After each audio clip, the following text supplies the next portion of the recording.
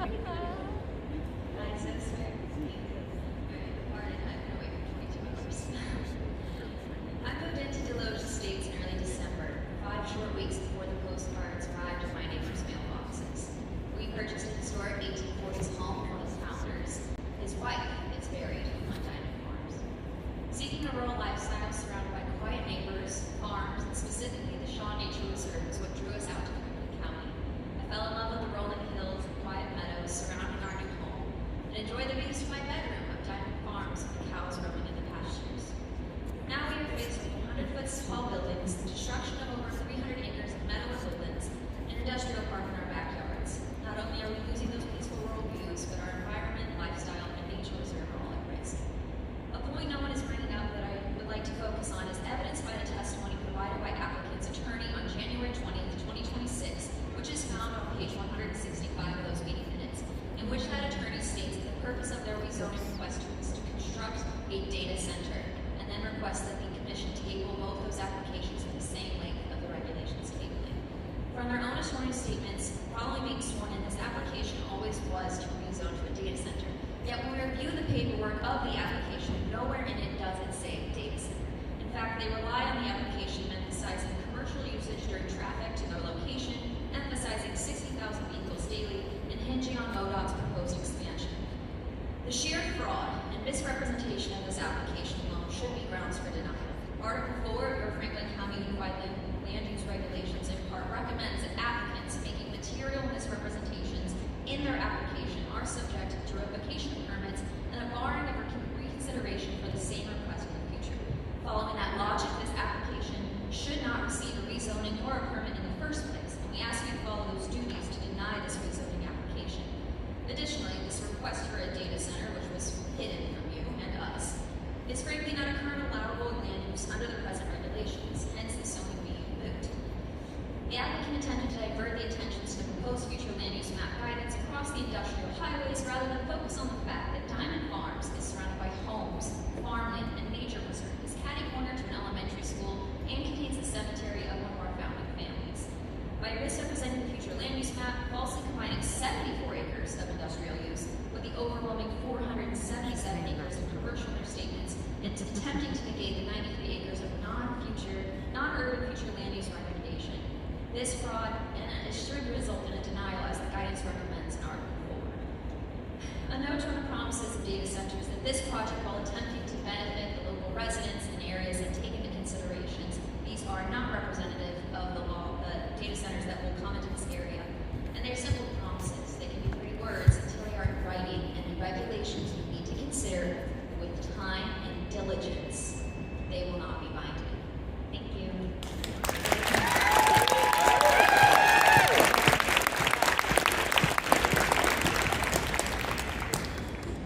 Is Charlene here?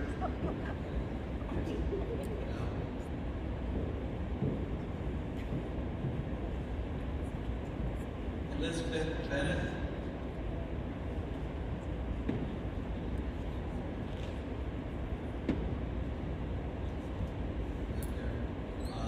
Sherman Smith and Nick. Sherman. You're on there. Yeah, he's here. Yeah. Is Elizabeth here?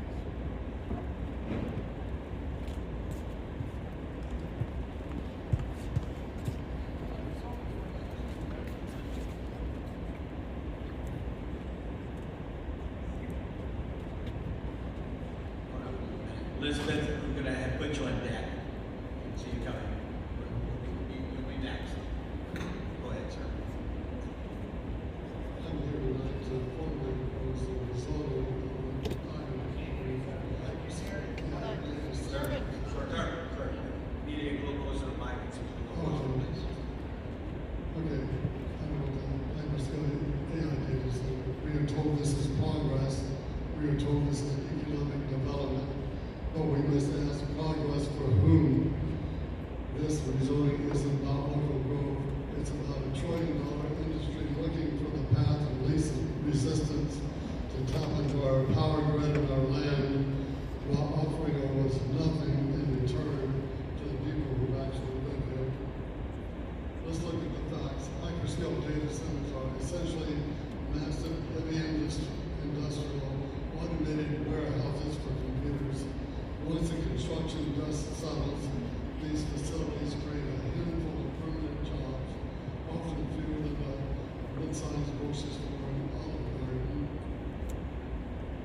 does a company like Meta or Google really need a chapter 100 tax break to build here or to, of course, not. They choose location based on power and climate optics. By granting this rezoning and the inevitable tax abatements that follow, and we request for a tip, you aren't incentivizing the project, you're giving away our tax base. Under the but-for test, this project would likely happen elsewhere in the region without us cannibalizing our own future revenue. When the nine properties are rezoned to heavy industrial, the burden on our community shifts instantly. These facilities have massive energy demands and require industrial scale cooling systems that constrain local water resources. More importantly, if this project moves forward under an IDA tax abatement, that property and the billions of dollars in equipment inside is wiped off of our tax rolls. That is money that should be going to our school districts, our firefighters, and our ambulance crews. We're being asked to provide the land, the water, the peace, and quiet of our rural landscape, while the tech giants keep the profits and leave us to pay for the roads and emergency service that require. Finally, this proposal is a radical departure from our county's comprehensive master plan. Diamond Farms is part of the character of this community. A hyperscale AI center is with its constant hum of industrial fans, massive security fencing, and 24/7 frontline is an island of heavy industry, the sea of rural life. Rezoning this land sets a dangerous precedent and tells every developer that our master plan is just a suggestion and that our quiet agricultural way of life is for sale to the highest bidder. Thank you.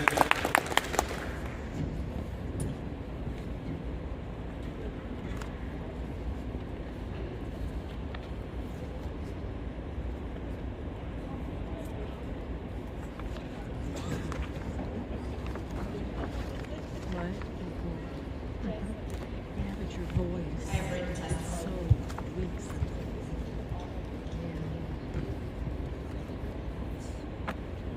When you get up and speak again, just try to push it. Good morning. I feel Yeah. kind of redundant in introducing myself again.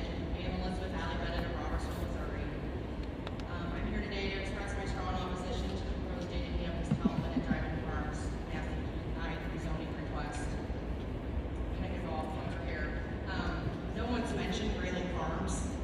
I moved here from Central California in the mid-90s. I was an avid equestrian, horse-crazy teenager, and Grayling Farms was a huge haven for me. I spent a lot of time there. My horses helped me adjust from moving from California, from a metropolitan area to rural Washington, Missouri. I was sad when it sold to Alabama Camp, but I was very grateful that he continued to keep it a horse property all these years. And it was very sad in January to hear that the sport that is currently struggling to stay alive would be losing such a beautiful facility. I would like to mention that rezoning agricultural property to industrial destroys the quiet rural character of communities, resulting in permanent loss of farmland, destruction of green space, threatening fragile ecosystems, and a decrease in the quality of life for surrounding communities. Approving a single rezoning request sets a precedent that makes it harder to refuse future industrial expansion and lead to industrial sprawl. Placing such an industrial facility near our schools and homes is an environmental injustice that we can't ignore. And I ask, would you want such a facility as your neighbor? I request that the commission deny the current rezoning request from the W and R zoning district to the A zoning district, placing 1 year minimum moratorium on data centers in Franklin County to ensure policymakers are given adequate time to assess the environmental and economic impacts of these facilities, ensuring that the strictest of regulations and safeguards are in place to protect our local resources and communities should a project of such magnitude move forward.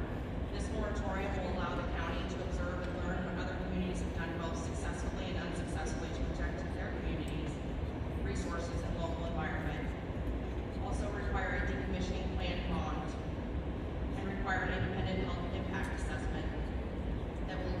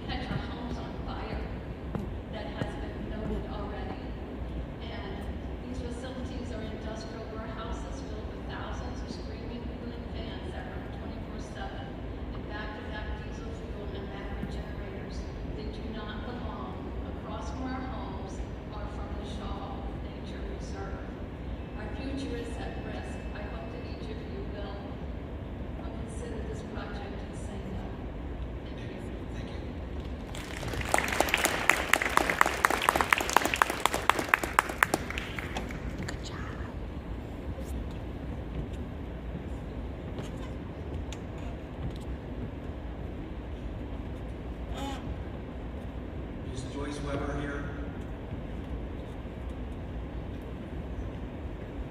Joyce? Okay. Thomas Knoll? Thomas?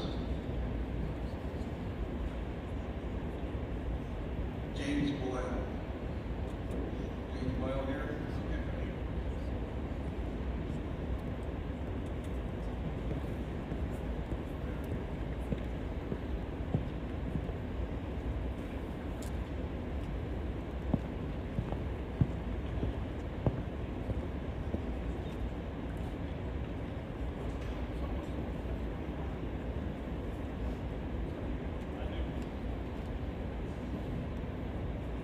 Okay. Okay.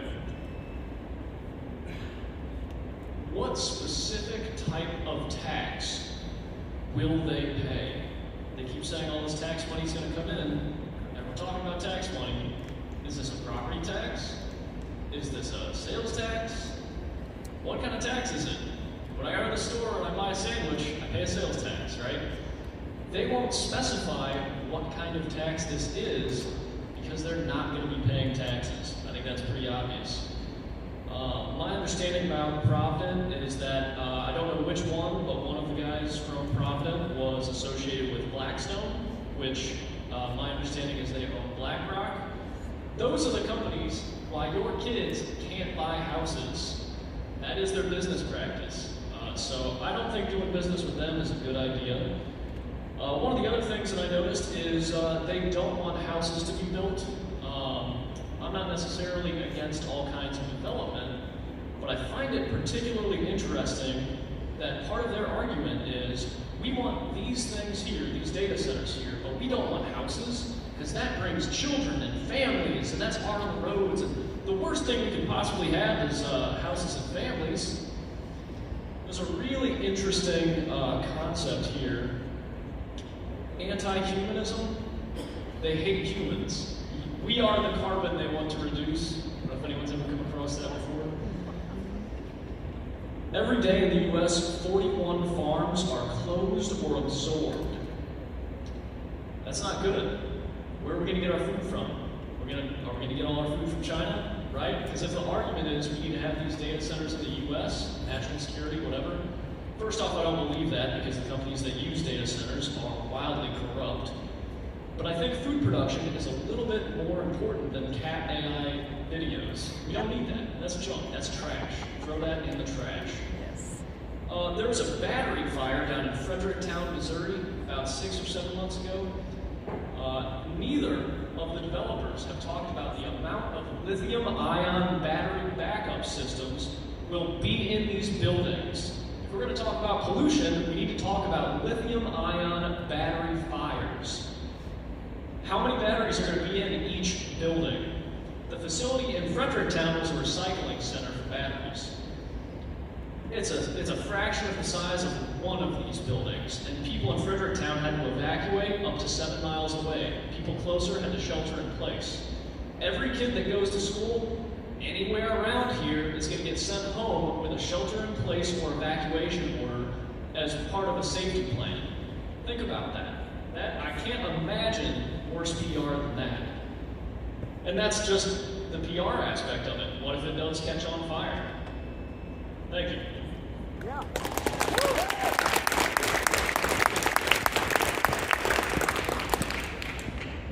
Patricia Schuba? Sam Dean, you're on deck.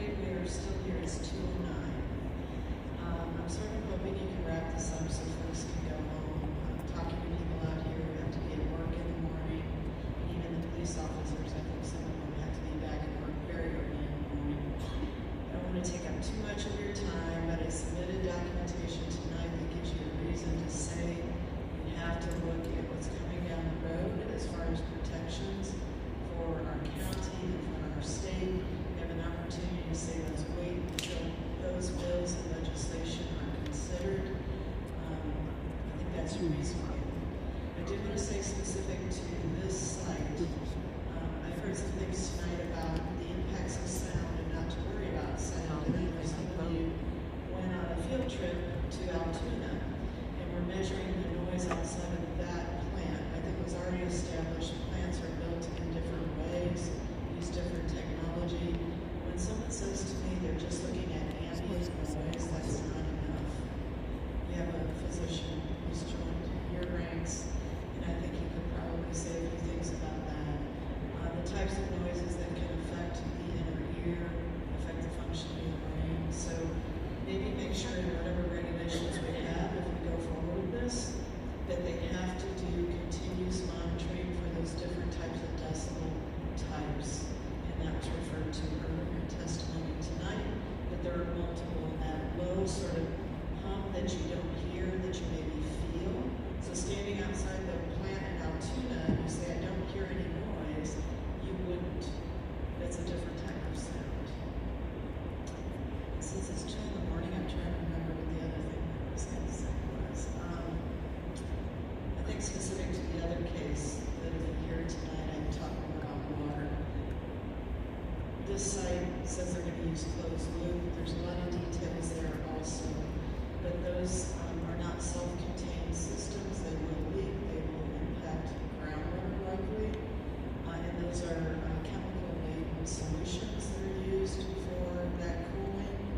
And again, it was referred to the amount of time that they have to trade out that water, and then in many cases they discharge it to groundwater or to other locations, but they're saying that they want to transport it off-site. But that's a lot of fluid, and probably more often it'll get changed than you think. So I think putting some of those things into regulation after taking a look at maybe some expert advice on what's really going to happen. I never sort of trust someone who says, buy this from me, and they tell me all the details about it. I'm going to go look what someone else has to say about that. So take your time to investigate how these things are really going to work. Again, I appreciate you being here tonight, but maybe we need to have another hearing. Thank you.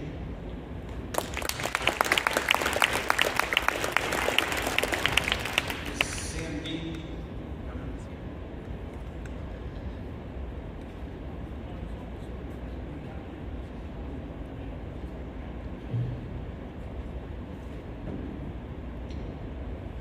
Good evening. My name is Sam Dean, and I represent Pacific Group Coalition. If this property is rezoned, we are being told that the county, local schools, and other taxing entities will receive millions of dollars from these data centers. But there's an important point that still has not been answered by county leadership. Those revenue claims are being presented as though they are guaranteed, fixed, and protected for the long term. They are not. Our coalition has repeatedly asked for binding documentation showing the real numbers, the assumptions behind them, and the enforceable guarantees attached to them. And to date, the public still has not been given that information in a form that justifies a permanent rezoning decision. There is no binding agreement in front of the public guaranteeing that the county, schools, emergency services, and other local entities will actually receive. What we've been given are projections and promises. That is not the same as a protected financial commitment. And even if those projections are accurate today, that does not mean they will remain protected tomorrow. The state of Missouri is actively discussing major tax policy changes, including eliminating state income tax. If the state reduces or removes a major source of revenue, that money will have to be made up somewhere else. And that matters here, because when officials talk about millions of dollars coming from data centers, they're asking this community to rely on a future revenue stream that is entirely dependent upon laws, tax structures, and funding decisions that can change. No one here tonight can guarantee that the state will never change the rules. No one can guarantee that future legislatures will not redirect, offset, cap, recapture, or otherwise restructure how new local revenue is treated. No one can guarantee that Franklin County will actually keep every dollar now being implied in these discussions. So before this county makes a permanent land use decision of this magnitude, deserves those more than estimates. We deserve real numbers in writing. We deserve full disclosure of assumptions behind them. We deserve enforceable protections before any rezoning vote is taken. If the benefits are real, they should be provable. If they cannot be guaranteed, they should not be used to sell this project to the public. Please extend this process, require full financial documentation, and do not move forward on assumptions. Thank you.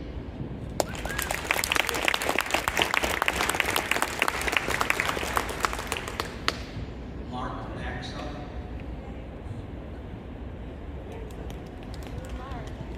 Dana Briggs, you're on deck.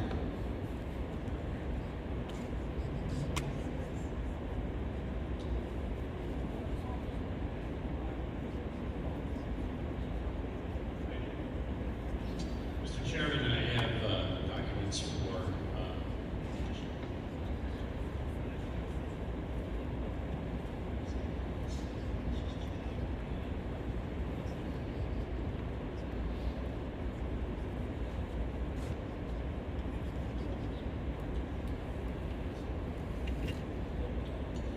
so for the record, reflecting in the combined files of 250269 Diamond Farm 66 and 250270 Diamond Farms LLC. You already know that I am Mark Baxter, and I do speak on behalf of the 46 property owners inside of the Deloge Estates, located in Mill Ridge, adjacent to the property of discussion. So let's begin with this. Data centers have become an essential part of our economy, our supply chains, our national security, and our daily lives. These are facts. But not every location of a data center is appropriate, nor for this industrial scale. And that's the question tonight. This location is surrounded by private rural homes next to Shaw Nature Reserve. As you know, it's served by rural roads and dependent on private wells, simply not appropriate. We rest on top of the Missouri Aquifer. It is recharged in good rainwater years by 14 inches. Without that, it's not recharged. This proposal would place what is effectively a continuous 24/7 industrial operation in the middle of a rural, private residential, and conservation landscape. It's not compatible zoning. It's not thoughtful planning. And most importantly, it directly impacts the rights of the citizens you are here to represent. As property owners, we are entitled to the peaceful enjoyment of our homes and property, free from industrial noise, excessive light, groundwater risk, and infrastructure strain that was never designed for this scale. That is not a preference. That is a fundamental expectation of zoning. On January 20th, as discussed earlier in my previous testimony, this commission made the right decision to step back, study, take the time to necessarily fully understand what is being proposed. As a result, the applicant rescinded their desire to present the file on that given night. But here we are. Again, just 2 months later, respectfully, we have yet to achieve sufficient data center regulations. A good decision. And on this property, we are concerned with water usage, groundwater impact, certainly electrical demand, grid infrastructure. And let me just point out for just one moment that when you combine the two properties tonight in question, Beltline and Diamond Farms, both of them, they are going to consume approximately the equivalent of 95% of the output electric from the Ameren power plant. Just think about it. That's the pressure that's going onto the grid. The environmental impact of Shaw Nature Reserve has been discussed, and certainly the long-term effect on our property values and property owners. Consequential land use decisions will change the landscape forever. Rural residents were here first. We did not move to the city, but to the countryside. So because you've established this precedent, it does not apply to just one property, it applies countywide. I want to remind all of you that we respect the decision and the work that you do, but please look out for the health, the safety, and well-being of the nearby property owners. Thank you.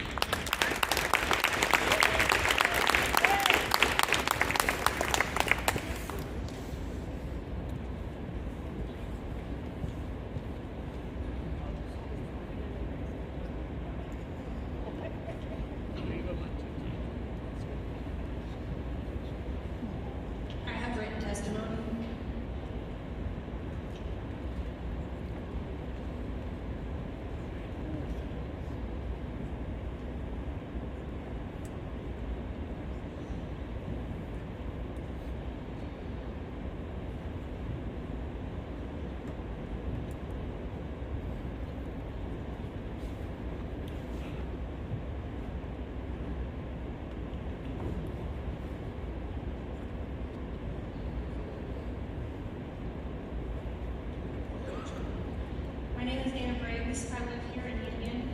As a member of Shaw Nature Reserve, I'm opposed to the Diamond Farm and Diamond 66 zoning request. Shaw, a nonprofit, has been operating for more than a century, beginning in 1925 when pollution from coal smoke in St. Louis threatened the garden's live plant collection. The Nature Reserve is home to the Whitmire Wildflower Garden, a 3-acre Missouri native garden with more than 500 plant species. These native plants are important to our state because they're accustomed to our climate and soil. I don't know if you guys realize this, but soil is very particular to like the agricultural area. Like the soil matters to this area. So it makes these native plants the optimal solution for important ground cover that prevents flooding and soil erosion. Protection of these native species are incredibly important to not only me, but the animals and the pollinators that depend on these plants as refuge and food source. Croplands and urban land use does not consider biodiversity, and the importance of these native species should not be underestimated. For those of you who aren't aware of the importance of biodiversity, if you guys have seen those giant, I guess essentially crops, just like corn is one of them that's really popular around here. Yeah, that's the difference of having an entire, acres and acres of corn, or having corn, beans, tomatoes, potatoes. So biodiversity is very important for a farmer. These native species can be priceless for future generations, and they have the best chance of survival in our climate. Shaw Nature Reserve has been doing the work to protect these valuable native plants, and their dedication should not be undermined by the monetary demands of others. Changes in landscape play a significant role in plant diversity decline. Should this proposal be granted, I ask what protections will be offered to guarantee that the building of a data center will not affect plant and animal life? Will there be any restrictions or requirements to ensure that wind and water erosion from the property that was previously used as farmland won't happen? Cover crops and tree lines are examples that prevent chemicals and pesticides from leaching onto nearby properties, which obviously they were talking about previous farmland. I'm extremely concerned, and I fail to see how these plans protect contaminants. They were so gracious to provide a map. You guys can look and see that Bush Creek is not being protected in any way. Bush Creek runs onto Shaw Nature Reserve, which runs into the Merrimack, which runs into Mississippi. This actually could affect more than just our state. Mississippi goes all the way down to the Gulf. So this could essentially have effects in the entire United States. If you guys aren't aware about hypoxia, it's a thing that actually happens. The red zone happens every year when there's a ton of fish die off. So I would thoroughly encourage you guys to look into this. I'm just a farmer. I really wish that I had more information to share with you guys, but really I hope you guys do your due diligence on this. Thank you.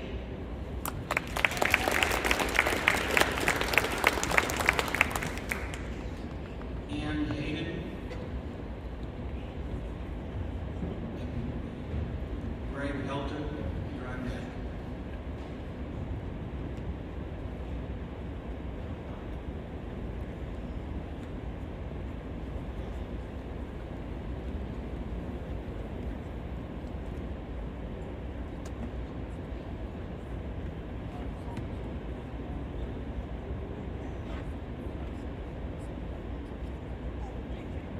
I have written testimony.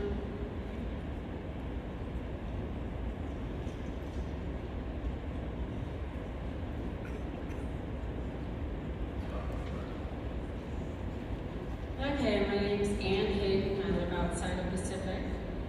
I'll make this really short and sweet because I'm tired. I just think you should slow it all down. I mean, there's a lot of information that you've been given that could really be helpful. I've heard people say things like Providence had in their letter that there's no impact. I want to see the proof. I'm from Missouri. Show me. Yeah.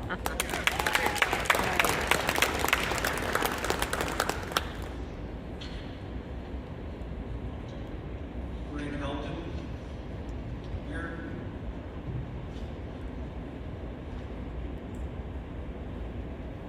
Jennifer Moody. And Amanda Tilo, you're on deck.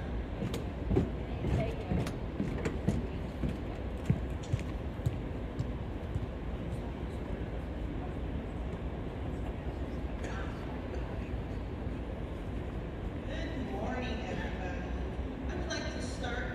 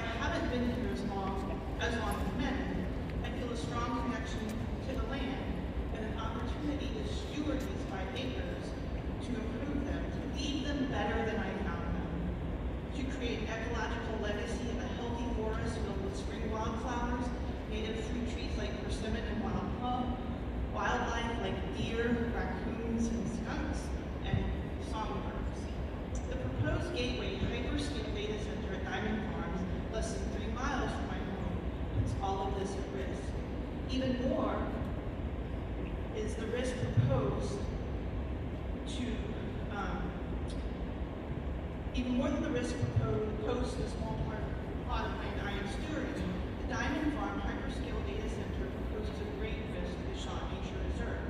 For over 100 years, Shaw Nature has been a place where people come from around the world to experience the beauty of the Missouri Ozarks. The people at Shaw are stewarding that land. They are restoring prairie, wetlands, forests, glades, bluffs, and riparian zones. And they make nature accessible to everyone through paved trails, programming, and educational opportunities. Shaw is home to over 800 species of plants, over 80 species of birds, including bald eagles. A recent survey found 9 bat species, including lactating females of the endangered Indiana bat, frogs, toads, snakes, deers, and other wildlife called Shaw home. And we can't forget the hundreds of species of native bees, beetles, moths, butterflies, ants, and other insects that are an important part of our ecosystem. The developers of Gateway on their slick website claim that their hyperscale digital campus will not be a threat to Shaw. I'm asking the Commission what written legally binding guarantees you have that this will not be the case. I ask that you focus. I do not think it is worth our natural heritage and ecological legacy to line the pockets of a few multi-billion-dollar corporations. Thank you.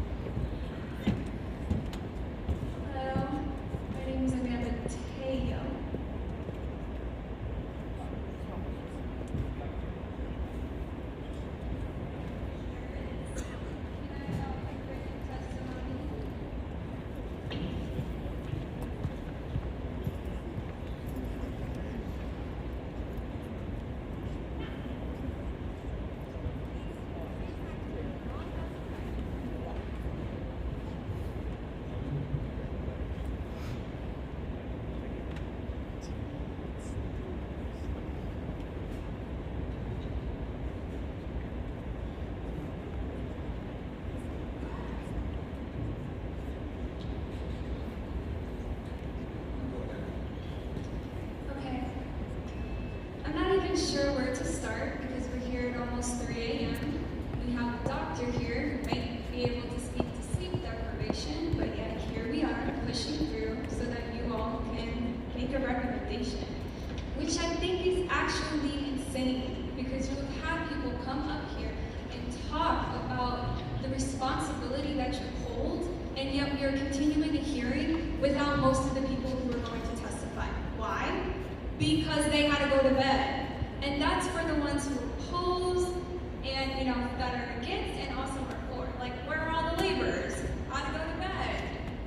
Crazy. And I myself was actually in your ER on Sunday. I didn't see you. I guess you weren't working. And it turns out I needed to get my gallbladder removed.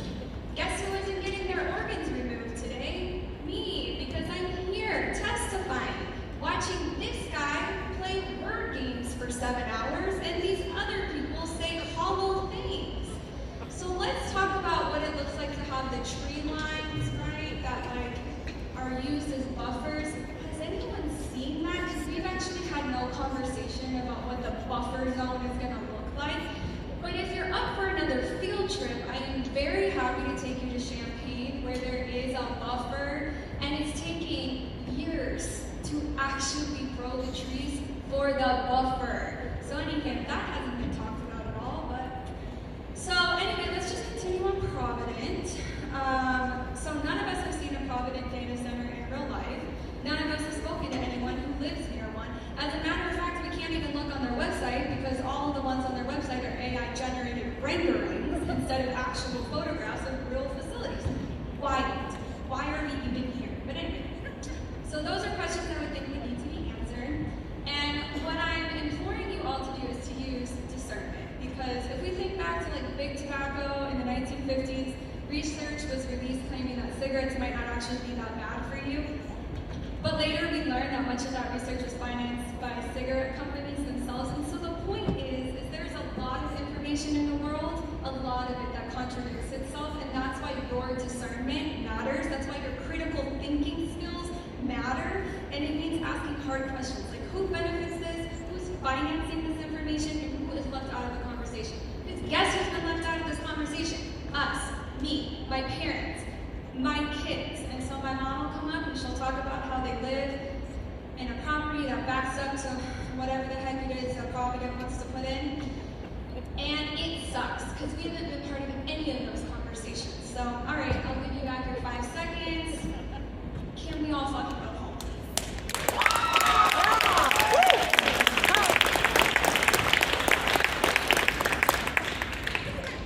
Please. Roberta Carpenter.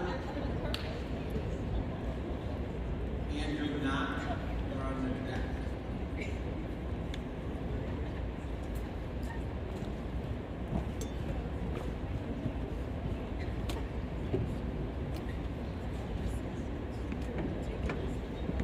School's gonna be starting soon.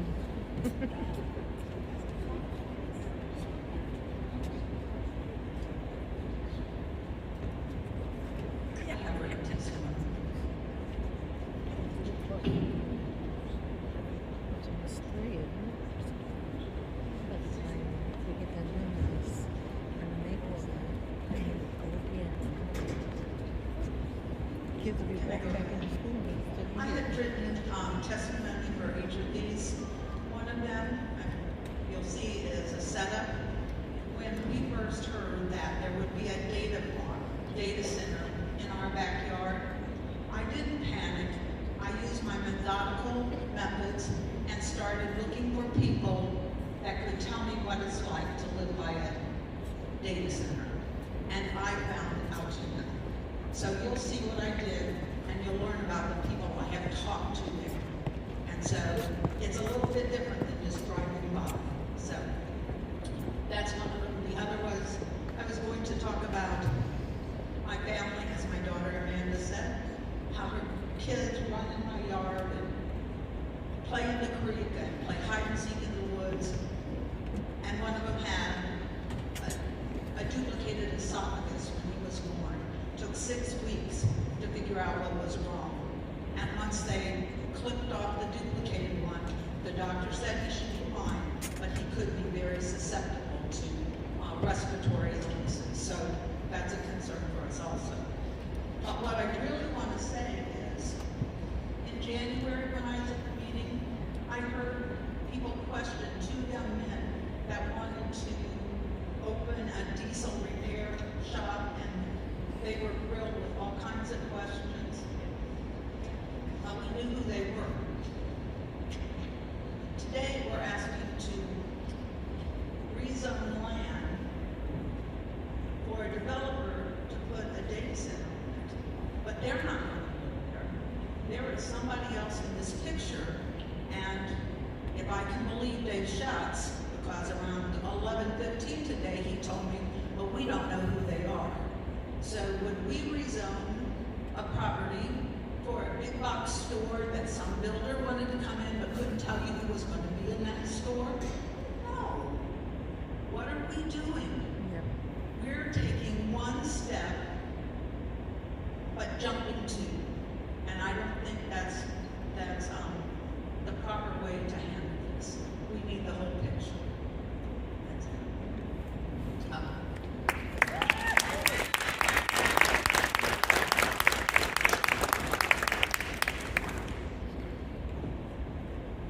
Kelsey Everest Meyer.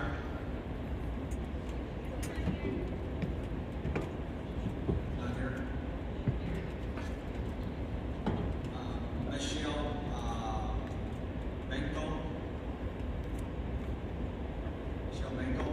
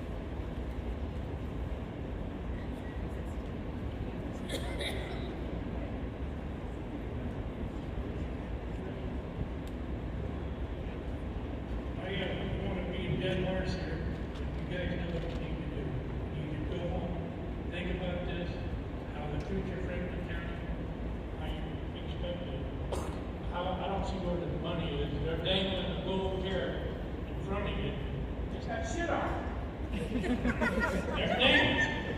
You guys are biting like suckers in the pie.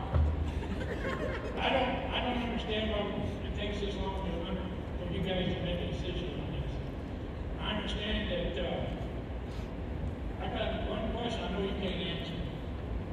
Nobody here lives south of 44, am I correct? No. That's where all this crap is happening. And I understand you took a bus ride to Iowa. I'd like for you to take that bus, load these jerks, and get them the hell out of town. There you go.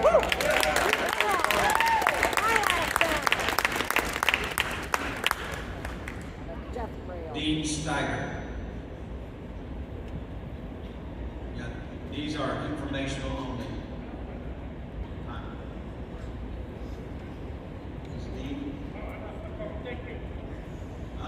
You gonna pass on that? That belongs to AT&T. Google. Oh, thank you. Scott Matthews? Wow, what a gentleman. No? No, he left his phone up there. Right, Cameron, anything you want to comment? You got a minute to do that question. No? Okay. That closes the public testimony part of this.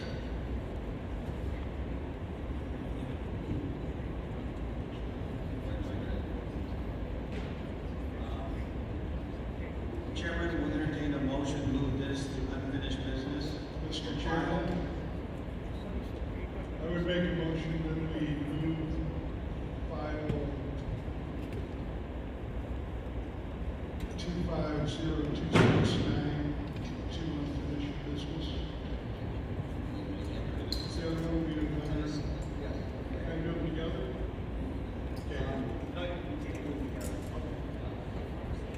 We can put together? Okay, we can do together. Okay. I'll amend it to include file 250270. I need a second. We have a second? All those in favor? Aye. Opposed? No. Motion carries. Hey, we have the, someone representing the applicant on file 257. Yeah, I forgot to. Give me a minute. I don't know what they're talking about. Nicole, can you give us the details of this first? Yes, thank you, Chairman. This file is 260037 BLE Land Holdings LLC. The applicant requests to rezone 12 parcels from the W zoning district to the A zoning district. She's talking about The properties are located at the end of Phelan Road, north of Highway O, and mostly south of the Merrimack River in the Howland Township. Facts. The total area for the rezoning is approximately 490 acres. The zoning of these properties is W. The applicant would like to rezone to the A district. The intent of the A district is to provide locations for a wide range of commercial, retail, service, and manufacturing activities, serving a large community trade area. The surrounding properties are Zone W. The nearest properties with A zoning are approximately 0.6 miles to the north, just south of the city limits of Pacific, and another property approximately 0.6 miles to the southeast. The subject parcels are primarily surrounded by low-density residential or undeveloped land. 6 of the 12 subject parcels are undeveloped.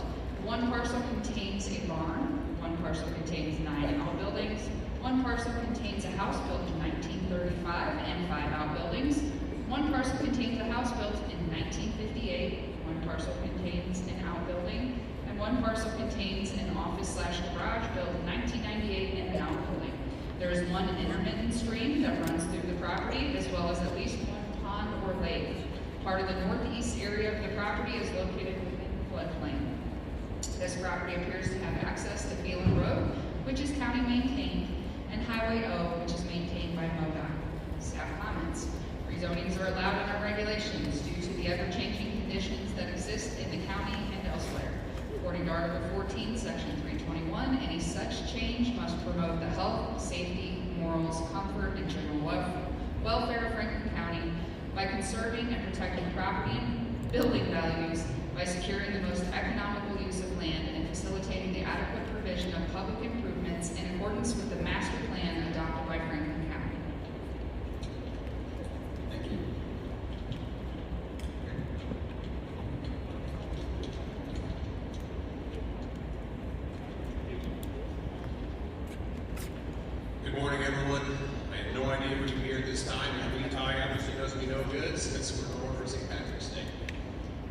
I'm here, Kurt Boss, local attorney. I represent Beltline Energy and BLE Land Holdings and their application to come before this commission to rezone their property, as you heard, from the W zoning district to the A zoning district. We thank you very much for your time this evening and dedication. It's above and beyond the call of duty, especially when you're not paid. If I could have everyone pass out the handouts that we had, that's what's going to serve as our program this evening. And rather than hearing me talk, I thought it'd be more appropriate if you hear from Mr. Sanders and a representative of Beltline who can answer your questions more specifically and the information in the program. So I'll turn over the rest of my time to Mr. Sanders. You can ask any questions of these jokers. You can ask any questions of this. Can you get some market, please? And do you remember, like somebody pointed out in Florida, those two young men that were accused of passion on January 20th, and they asked them all kinds of questions. Why haven't they asked them any questions? Good morning. It's the first time I've said that in the zoning hearing.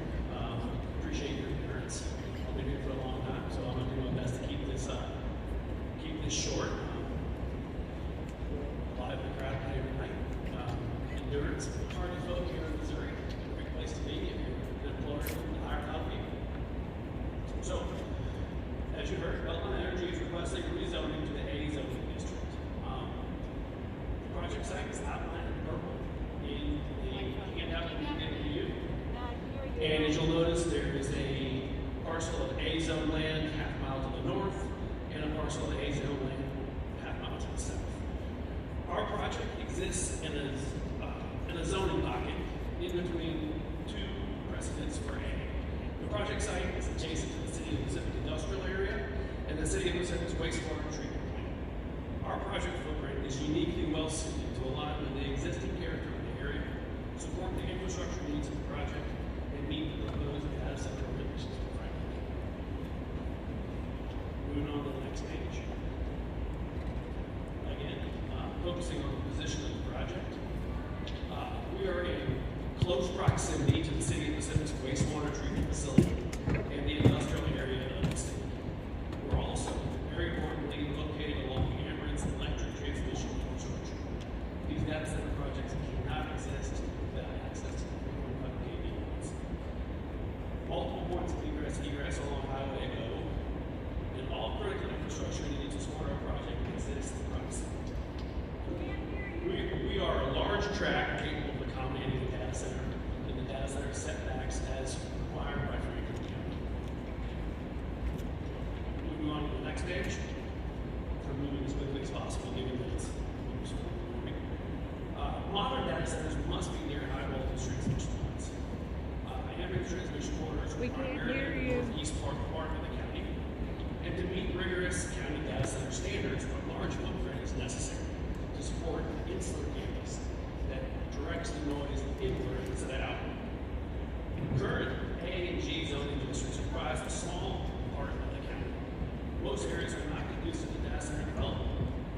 So sites capable of supporting a modern hyperscale data center will require rezoning. We have to be, I think you've heard the other applicant cameras speak about the same thing to happen. There does not exist land in the existing designation. So to host a data center, it requires a rezoning. So that's why we're here today.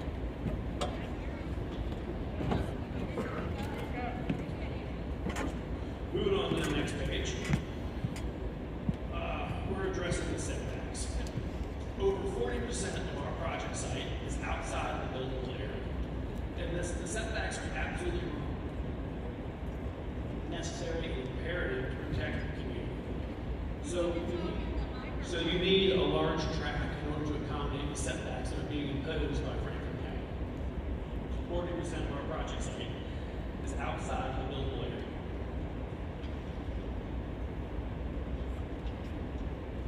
Page over, again on the setbacks, you can see the max height of the building relative to the vegetated setback, vegetated buffer included within the setback that surrounds the property 360 degrees. So moving on to concerns.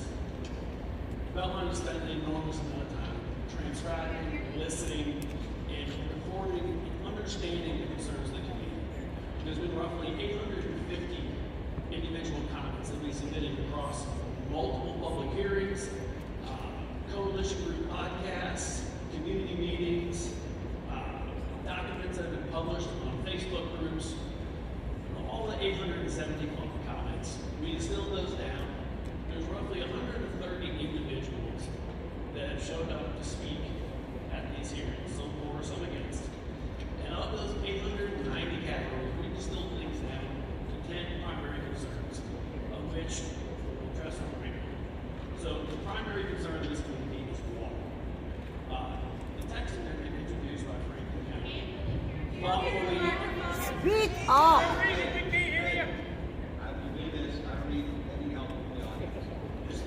All right, you too. Is that better? Yeah, there you All go. right, Hello. Finally. So potable water will be limited to building and life safety issues, meaning no potable water will be used for evaporative cooling or cooling of any sort. Potable water will be limited to toilets, sinks, and life safety. The total potable water demand is expected to range between 10,000 and 20,000 gallons per day, roughly equivalent to 50 to 60 homes. Proposed regulations in Franklin County prohibit the use of potable water for cooling unless a fully closed-loop system is used. So let me repeat that. The proposed data center regulations in Franklin County prohibit the use of potable water for cooling. Period, full stop. Our goal is to partner with the city of Pacific. That's our preference, to utilize treated wastewater located 100 yards across the river from us now for cooling purposes. If we are not able to arrange that type of water sales agreement, we will rely on a closed-loop air-cooled system, the same as the other applicant.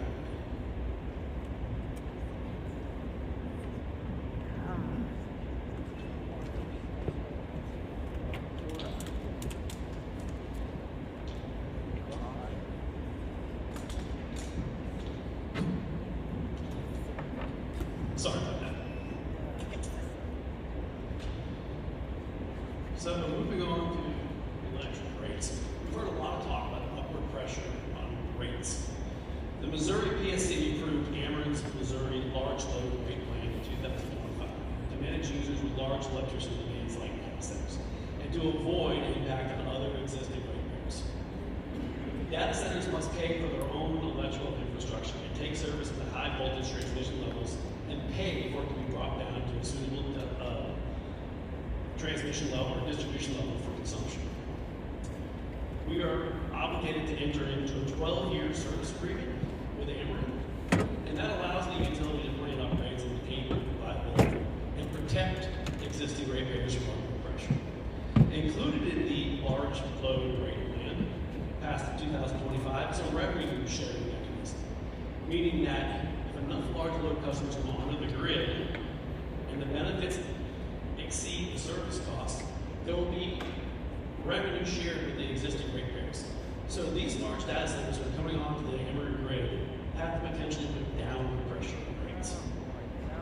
Additionally, data centers drive new grid investment, including investing in deferred maintenance costs. Ameren, along with almost every other utility in the United States, has been deferring maintenance over the last 20 or 30 years because load growth has been flat. We're now seeing an uptick in load growth, and utility companies all over the country are getting around and paying for deferred maintenance that have been delayed because load growth has been flat. Data centers are bearing the brunt of that deferred maintenance all over the country and Missouri as well. Otherwise, those costs will be passed on to the existing ratepayers if they're being owned by new data center customers.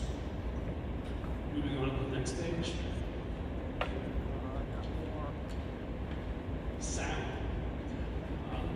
Our Merrimack Valley Technology Park will be designed to properly mitigate sound in accordance with county regulations. Our facilities are designed with inward-oriented campuses to minimize sound from generators, cooling equipment, and loading areas. Additionally, the large site that we are pursuing allows for significant setbacks from property owners, internalized infrastructure placement, and landscape buffers to preserve living areas. This design approach mitigates visual, operational, and sound impacts and complies with the existing Franklin County data center regulations.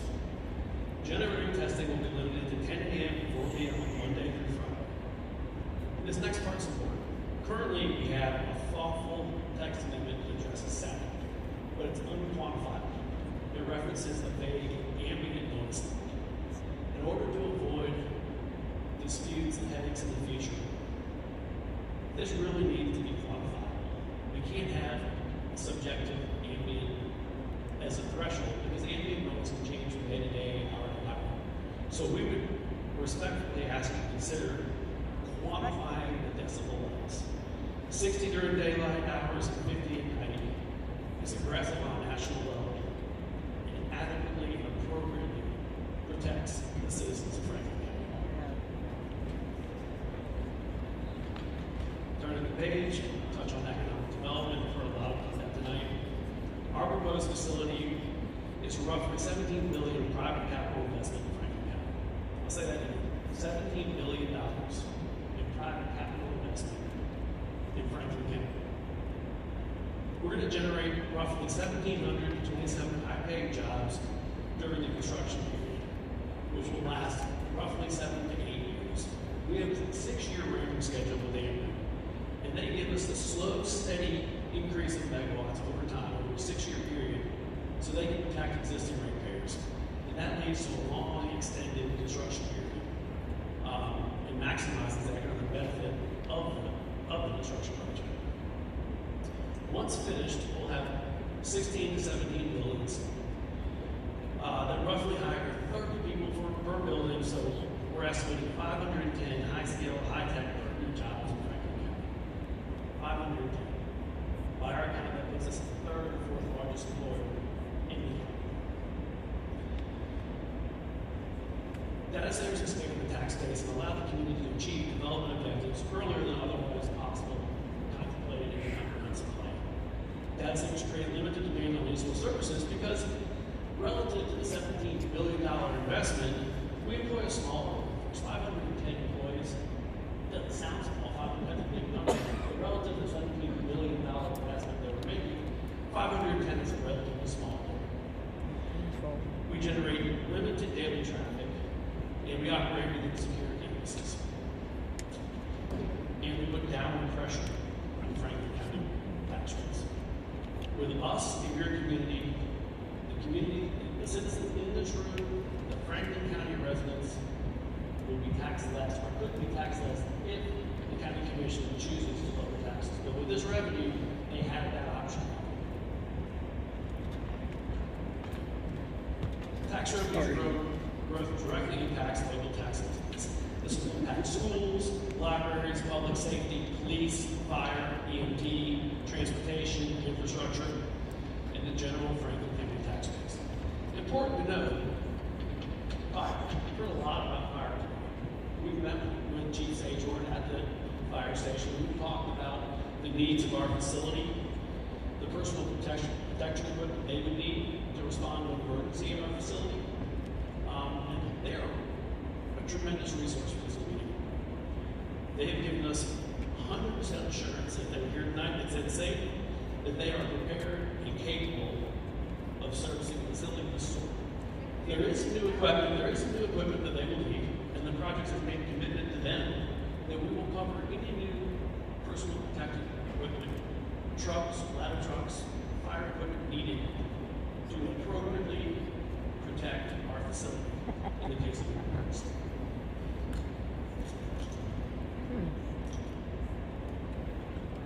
An interesting thing we found out while we were talking to Chief Sajorn, the fire department, is that although we're hearing a lot about concern about fire, there is not one member of the community, whether that be Pacific or Franklin, that has called or stopped by and talked to the fire department about their ability to protect the community in the event of a fire. We have talked to them, and they're a great fire department, and they're fully capable of protecting this facility. Given that it's 1 o'clock in the morning, I'll use it. The Merrimack Valley Technology Park is an ideal location to meet the stringent requirements of the proposed Franklin County data center regulations. The project site is positioned between 2 existing A-zone parcels. We're in proximity to the City Pacific Industrial Park, and we're just directly below, just south of the wastewater treatment plant. The community-focused design and outsized economic impact in line with Franklin County's master plan and objectives for economic development and for quality job creation. We appreciate your consideration tonight. We appreciate the endurance and perseverance to be here this long, to hear this public hearing. And that's not all. I'll stop talking and take questions. Anyone have questions for the applicant?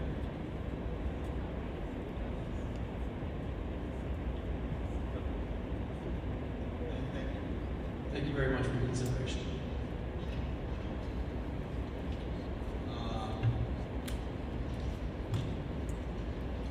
Taking any public testimony or in favor of this, we have Jeff Lucy.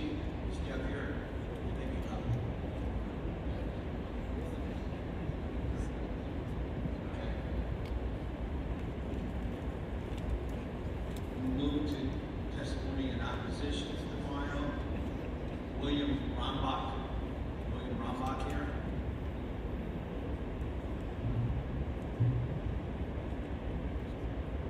John Gillier. John Gillier.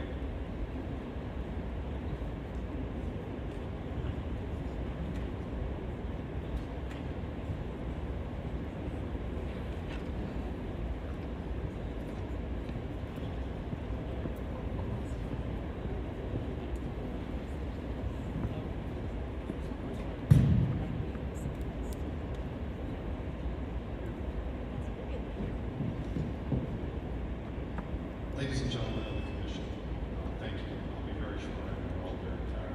We're a lot. My name is John Griller. I'm an attorney. I represent landholders who own land directly adjacent to the west of the proposed Beltline project. It's the rising groups and the Watsons who are obviously very concerned about this project. First, I want to say that I am very impressed with the quality of the comments from the public tonight. I think they've given you quite a bit to think about, quite a few issues that I'm sure most of us haven't thought about, given the different areas of expertise that many of these people brought to you tonight. One thing is very clear from all the comments. There is a lot of issues, a lot of questions, a lot of things that are unknown as of now. If you listen to the developers, everything's perfect, everything's fine. But I know you're not. You weren't born yesterday. You know that you have to do your due diligence, that you need to get independent answers, that you cannot take them at their word. Not in this day and age, not in that industry. There are numerous issues with this project. First, the land is pristine rural land bordering the Merrimack River. You're going to run a hyperscale data center on rural pristine land in this country. Isn't there enough other land available that's not pristine, it's not agricultural, that doesn't border the Merrimack River? This seems wildly out of place with the land use regulations of this county. Most importantly, you have the power to control the outcome. You have the power to require that the developers submit their plans to you in a way that you can fully analyze them through experts that you retain yourselves who answer to you and not them. And yes, they can pay for it. If they're going to spend billions of dollars like they say, then certainly they can afford to do that for you in the county. In short, I strongly urge you to table these proposals until such time as you can fully evaluate all the issues using appropriate studies and advice. Clearly, we're not there yet, and I hope that you'll give that due consideration. Thank you.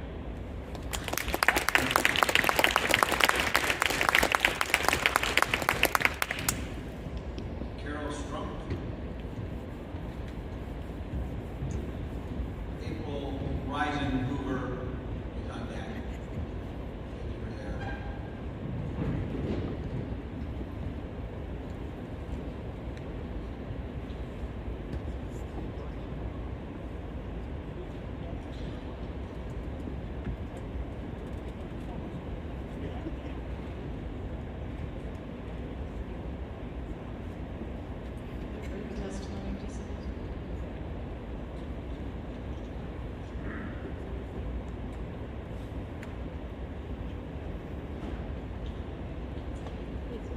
go a little off script.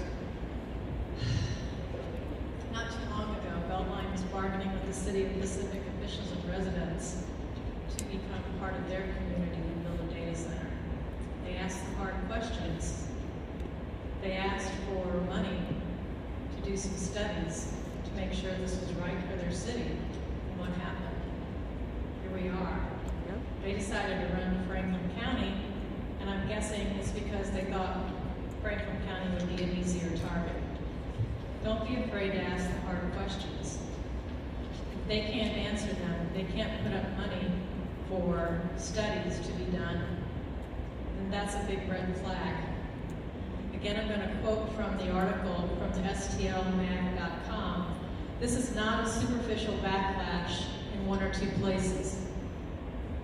The article, quoting the Brookings Institute Tech Research, states, communities have leverage when a development like this comes to town. It states that there needs to be greater public transparency, greater economic and financial expertise should be brought to the table to analyze these proposals. Going back to the comment about 60 decibels and 50 decibels, that's ridiculous. That is nowhere near what it means to be to protect our citizens and our wildlife.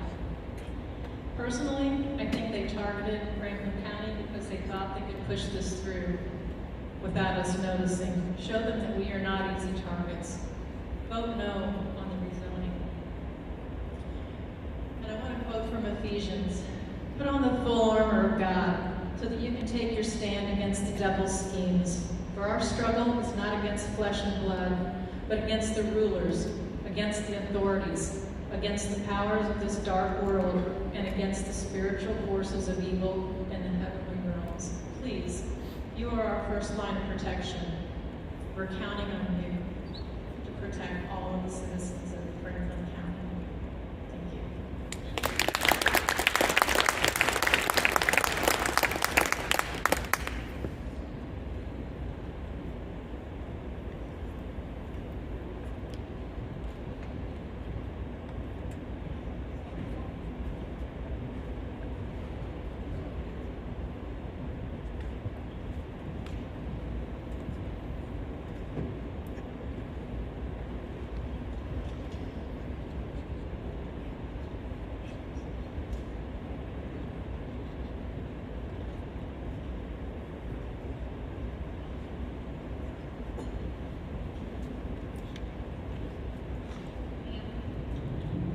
I see that there's 12 copies of this one, and then there's a couple more. Okay, just put it in the okay.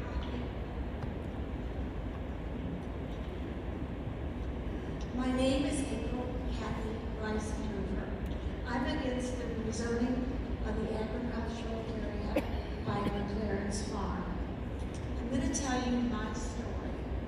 My parents moved to Catawissa in 1980, buying up land around them over the years for a family compound. 5 families now live there, including myself, on 35 of 160 acres, which abuts to the west side of the McLaren's property, which is the site of the proposed hyperscale Walmart-sized 16-building data center that will be 80 feet tall with 100-foot water-cooling towers. Several of my children are planning to build on the property. One has plans for this summer, which would be 250 feet next to the site boundary, until this. I knew nothing about an AI data center until 2 months ago. People said, oh, it's for your cell phone, your laptop, or online activities, so we really need these. I decided to find out myself. After hours and then days of research and sleepless nights, I know now what they are about. Think of your worst nightmare, losing your 401k overnight, someone robbing your house, hacking and draining your bank account, or receiving this, and then multiply it by 10. That is what my family and thousands of other families living in Pacific and surrounding areas are experiencing. the loss of work my parents and others had put into their homes, as well as the future of their children and grandchildren. The building, I understand, takes 6 to 8 years. So day one, we will hear the bulldozers roll in, tearing down trees, digging the 16 building foundations, putting up 100 feet water towers, and destroying the animal habitats. The dust will blow into our 8-acre lake, on our house, in our house, and will clog our nostrils. I already have to use an inhaler twice a day because of COVID, and I have bad lungs. So the runoff also will pollute the creek that runs into the lake and pond. Who's going to pay for the yearly upkeep of Highway O, which MoDOT just repaved? It's a beautiful road now, there's no cracks, but with all of these trucks that are heavy with concrete and gravel, it's going to destroy the roads. Rezoning land are changing the rules to force a project into a place that does not fit naturally is wrong. You need help wrapping this up. Zoning is supposed to protect orderly land use compatibility. In closing, my family and the 1,000 other homeowners in Calvary Township and surrounding areas beg you not to ruin our quiet, peaceful environment. And I close my account at Washington Bank this morning.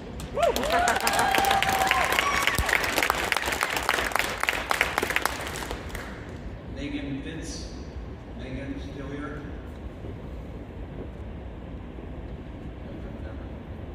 Zachary Hayes will be on deck.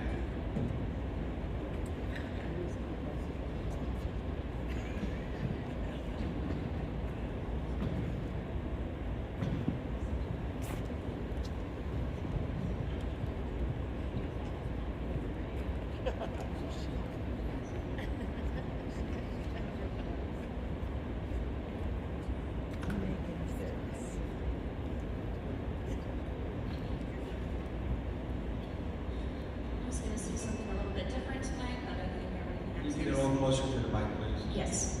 I was going to say something different, but it's been all covered, so at this late hour, I would like to leave you with something a little bit different.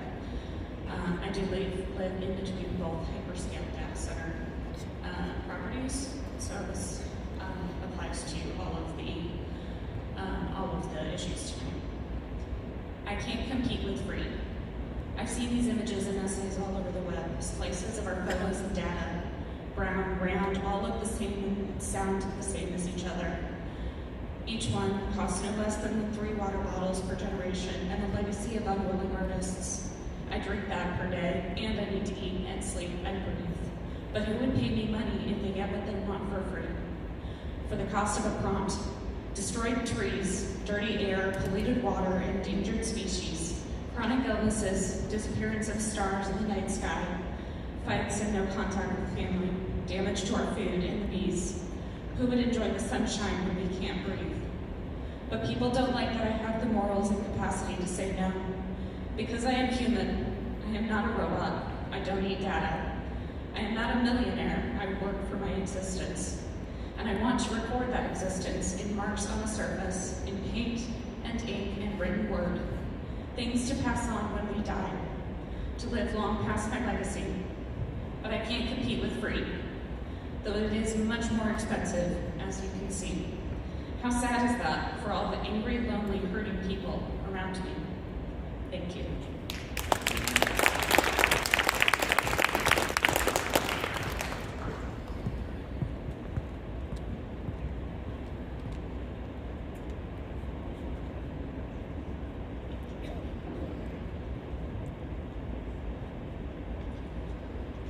It's late or early. I have no written testimony to submit. Heard a lot of interesting new things about this development tonight. Most of it I did not have a complete picture, full information, largely because of how difficult it has been to obtain the applications and information. I would ask that you refer to files 250-269, 250-270, and 260036 regarding data centers in general and the issues that we have here in Franklin County. A couple things caught my attention. So 7 to 8 years of construction, also 12-year agreement with Cameron. I don't have this information. I hope you do. Is that to be consecutive, one after the other, or concurrent? There was mention of subjective measures, thresholds put in place. I do agree with getting more explicit or specific quantifiable limits and thresholds, not just for noise and tests or measures, but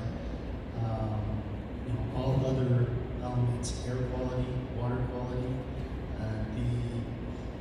The other thing that catches my attention is the proximity to the Merrimack River.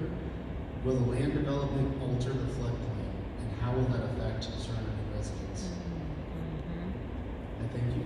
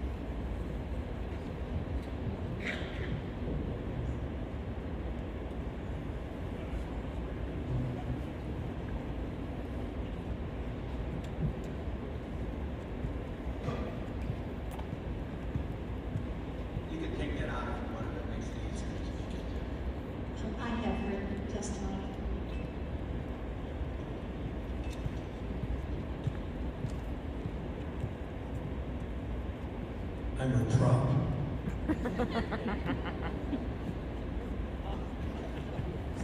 I'm her prop. He's got a picture or something. Thank you, Mr. Mayor and Commissioners, for this opportunity to speak about file 260037. As part of my testimony, my husband has a picture showing where the data center is proposed in relation to our home. My name is Nancy K. Watson. I live in rural Pacific with my husband, Jerry. We live on family property purchased by my father-in-law and mother-in-law in 1980 and enlarged to 165 acres. 12 family members live on the property in 4 homes and 1 apartment. Our family land shares a property line on the western border of the proposed Pacific hyperscale data center.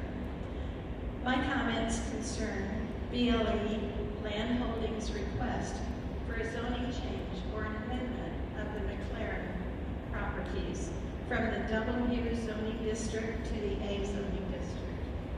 I am opposed to this change. You now have a copy of a zoning protest. It was delivered yesterday to the Franklin County Clerk. The protest reads as follows. We, the undersigned, do hereby protest the following proposed zoning amendment before the Franklin County Planning and Zoning Commission. It concerns the rezoning of the following properties. The protest then lists the McLaren parcels in their entirety, which I will not read.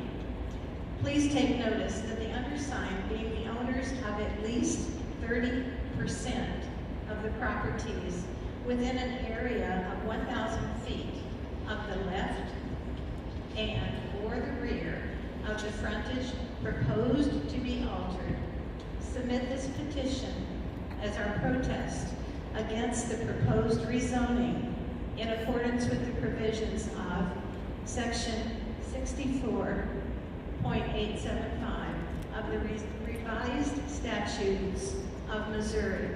According to that statute, the protest must be given to the Planning and Zoning Commission before they vote on rezoning amendments. That has been accomplished. The protest was signed and notarized by not 30%, but 100% of the property owners on the left side of the proposed data center. The citizens living in rural Pacific moved to the countryside to live in a quiet rural setting. Some families added to their land in the hope of leaving legacy property for their children and future generations. A data center next door or nearby will make our land uninhabitable for us or future generations. Data centers do not belong on You need farmland to wrap it up, please. or near homes or nature reserves. Commissioners, please resist the pressure from the developers and their backers. If you vote later this evening, and I request you delay voting to consider these public comments tonight. If you do vote, please vote no recommend on application file 260037. Thank you. Mr. Watson? Can I get a picture of that, please, so I can put it in the record? So they did the Natalie petition, Ravata. and they had it notarized. They did the petition, and they had it notarized. And according to the law, it was supposed to be given to the planning and zoning before they made a decision. Duker. Yes, they're and trying to John Beck. come to that.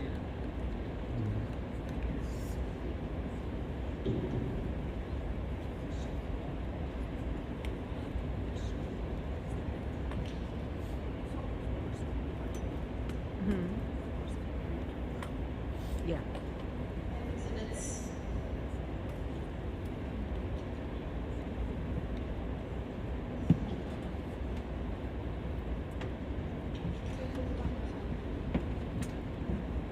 all right, I'm gonna make this. Everyone that's left here knows my name, Natalie Stahl, or British, however you know me. I'm a water professional, I'm a water girl, I do water wastewater treatment, I own my business, I operate plants. Just doing this last night, keeping a treatment plant from freezing because problems happen. So we heard a couple different things from PLE tonight, and they want to reuse this wastewater, and that's fantastic. I love the idea of reuse. The problem is, the way it sits right now, and the $12 million upgrade that the city of Pacific has already planned isn't enough to get the water clean enough that they're in a need for their facility. Everyone that I've talked to in the industry has agreed with me on this, that it's going to take a substantial amount of money to upgrade the facility. So, that being said, I wish it would be a 100% rainbows and butterflies situation, but it's not. It's going to take a lot more work, and I know what that treatment plant is about, and it's going to need a lot more work. Another thing that they failed to talk about was that the close proximity of the facility, the proposed data center versus the wastewater treatment plant, it's very close. Well, you didn't mention that A, it's a half mile away. B, you have to bore underneath the Merrimack River to get this purple pipe to get the water back and forth. It's doable, yes, but it's a huge undertaking. So that's something else that's going to have to happen. You got to go under the river. And I'm going off of my notes here, so I'm going to also remind you guys that land use in the master plan, we've talked about this master plan, it allow and encourage industrial development in appropriate areas. Yes, hello. McLaren's property is not an appropriate industrialized area for this, and it should never be situated for that. I don't even know. I gave you some well information. I'm supposed to talk about wells.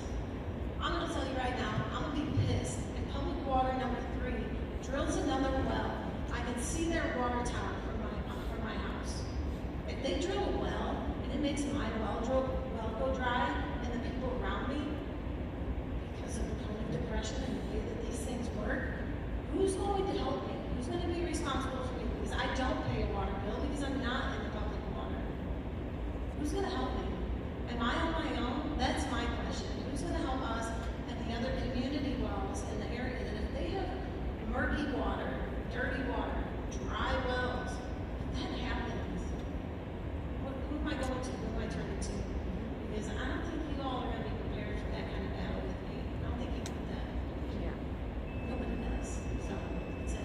Thank you guys. Thank you.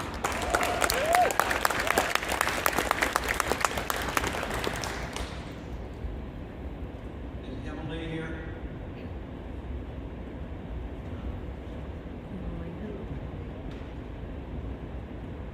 Jim Zenon? Still here?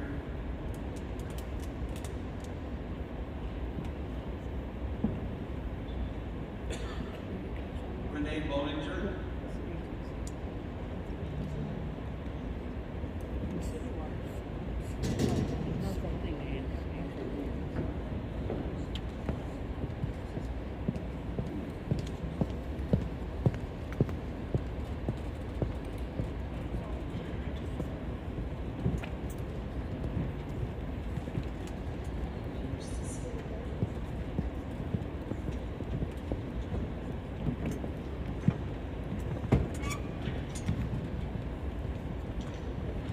Thank you all for your time. I know it's late, so I'm just going to try to touch on some of the points because a lot of this has already been said tonight. My biggest one is the Chrysler plant in Benton, Missouri was 300 acres. This is going to be almost a little bit bigger, and you want to put it in a rural situation. Our family, we live off Tiny Ridge Way, and in the hillside, we will be in the valley. I would take walks every morning. I can hear everything that happens on that road. And if we add construction for the next 6 to 7 to 10 years, they don't know, then we will hear that non-stop every day. The impact to our health has been touch base. We have pleated woodpeckers that I love to watch every day.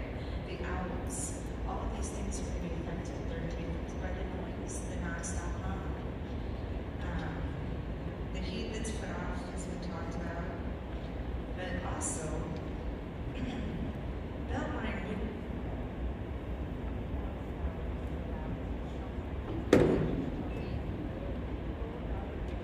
I'm sorry, ma'am. Hold on 1 second. Your microphone had probably gone dead.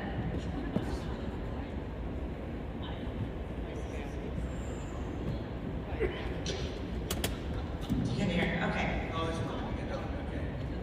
Yeah. So, like I was saying, Beltline wouldn't even put up $20,000 to allow additional.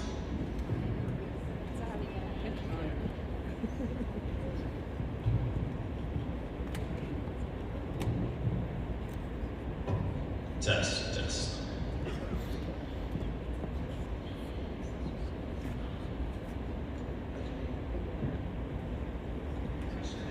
But anyway, they wouldn't allow the funding for additional research to make a full evaluation on the long-term impacts.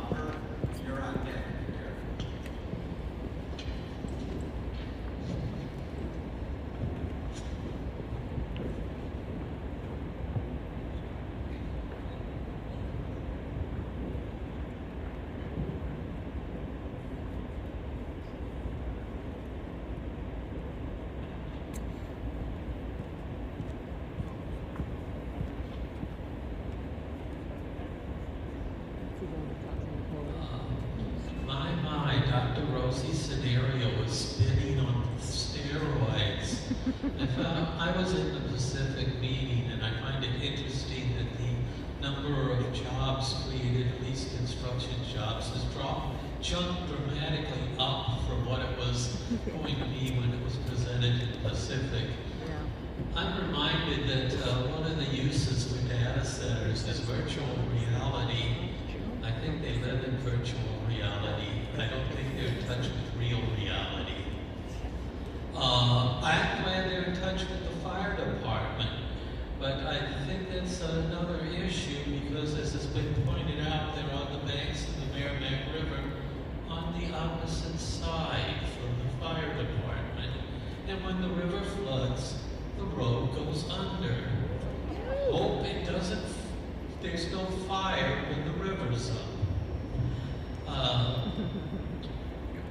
That was the one thing I really wanted to bring up about this site. I said a lot about the earlier that I hope you'll refer to in the previous ones because it's got some of the same criticisms about staffing, including the staffing on 30 per building, but are they actually going to be in that building? We've heard so much earlier today about these things being run remotely. I'm not convinced these people are going to be working there, living there, paying taxes there, and shopping there. I just want to make one other comparison. Someone mentioned the railroad boom. Well, of course, that's a two-sided coin. The flip side of boom is bust. And for all the successful railroads we have today, we've got two major abandonments that are being turned into trails in the state, and that doesn't count all the ones of the last century. Good heavens, the name Pacific comes because someone tried to build a railroad to Pacific, meaning the ocean, but they ran out of money, and they named where they ran out, Pacific. It was later picked up, and yes, we've got railroads. But for every Vanderbilt, there were a lot of people who lost money. We just got back from Arizona and boom towns of Tucson and Bisbee, both of which went poof because the ore gave out. Well, at least this isn't ore. But someone once told me that P&Z stands for pay and saw right. Please prove that person wrong. Think about this and be sure about what we're doing, because I actually like data centers, but I don't think either of these two are good locations for one. Thank you. Thank you.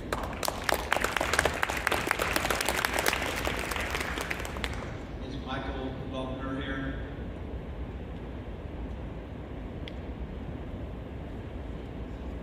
Turla Ashworth? Luella Maxwell will be on that.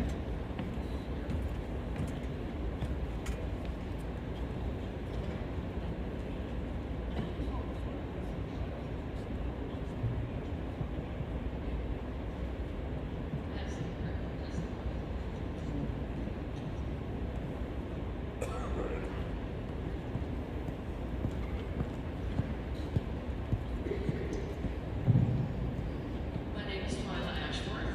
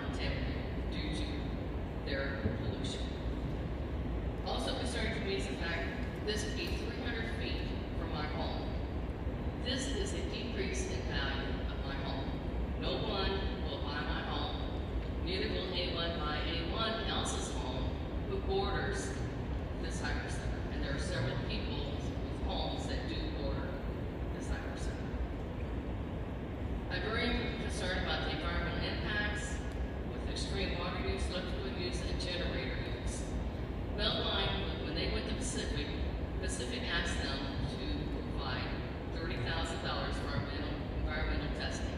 They said they couldn't get the money, but yet they can still afford to pay Mr. McLaren millions of dollars for his land, and they still cannot afford to pay feasibility studies. I don't like that. I don't think that's right. If they can afford millions of dollars, they can afford 20 to 30,000 for environmental impact studies. I'm very concerned about the diesel power generators on the 16 building site, which, by the way, will completely cover up the length of my 3-acre property. My whole eastern side will be nothing but buildings, and they only want to do a 300-foot buffer zone. Actually, a 1,000-foot buffer zone is too close to a person's home. And I want to know, are these diesel power generators, is there going to be diesel storage tanks on this property? And if so, what happens if the diesel thing happens? Who are we going to call in case of an emergency? Are we going to be given any numbers if there's someone there? You need to wrap it up. Okay. And I'm really concerned that if this thing is ever decommissioned, what are they going to do with all 16 of these buildings? As property owners, we should not have to see this as our permanent view on our homes. Thank you.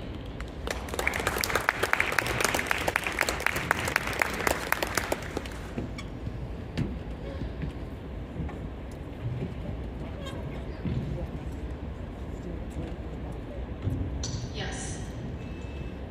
I would like to say to our community, I tried to make this meeting accessible with the planning and zoning administration. I'm sorry that it wasn't. I tried to get us down here on chairs, and I'm sorry that I wasn't successful. I think it's funny that Beltline and this other group wants to be a part of our community, but they can't even sit with our community. They are literally separated. They can't even be on the same floor. There is a literal divide. Okay, now what I wrote. Okay. So one thing that is lost is the mussels. If they are going to go for the river, some things that threaten our native mussels include water quality degradation, loss and alteration of physical habitat, dam destruction and reservoir formation, sedimentation, loss of streamside vegetation, pollution, invasive species. It's from the NDC. You can look it up. Word. Let's see. Beltline is not willing to agree on a funding contract. They slashed it from 20,000 to 10,000 to nothing, and we're going to jump ship from here. Okay, here we are. The failed funding agreement would have allowed Pacific City officials to fully and independently evaluate Beltline's rezoning and annexation requests. To rezone properties for a new use and primary purpose, independent impact studies needed to be completed. On the top of the list would be how potential rezoning would affect critically endangered species on the property and surrounding areas, and also the residents, but it's kind of clear how, you care about us and some other people. Let's see. I cited the law in Pacific. Let's see, that was Code 405, Chapter 405, Section 90. No one else seemed to catch that. I don't know why. Why is this up to us? Why aren't our government officials sticking up for us? Yeah. Yep. Let's see. Brought up the endangered species, brought up our own citizens. I mean, I just think it's funny that they want to be a part of our community, but they can't even be in our community tonight. That would have shown a lot. You could have pushed the tables back and put chairs all over. That would have gone a long way. Let's see. Beltline is not willing to agree on a funding contract for impact studies with the City of Pacific, Missouri. This funding disagreement led to Beltline Energy LLC and Ryan Sanders' abrupt withdrawal of the rezoning and annexation application with the city on February 25th, 2026. These rezoning applications from agricultural to industrial will pave the way for more destruction to our beautiful farmland and damage critically endangered animals that rely on our rural atmosphere and ecosystem.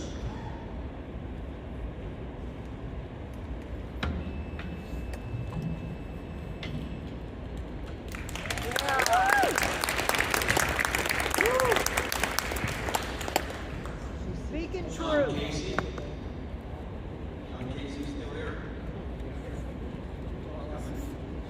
Corbin Shannon, and Van Dyke.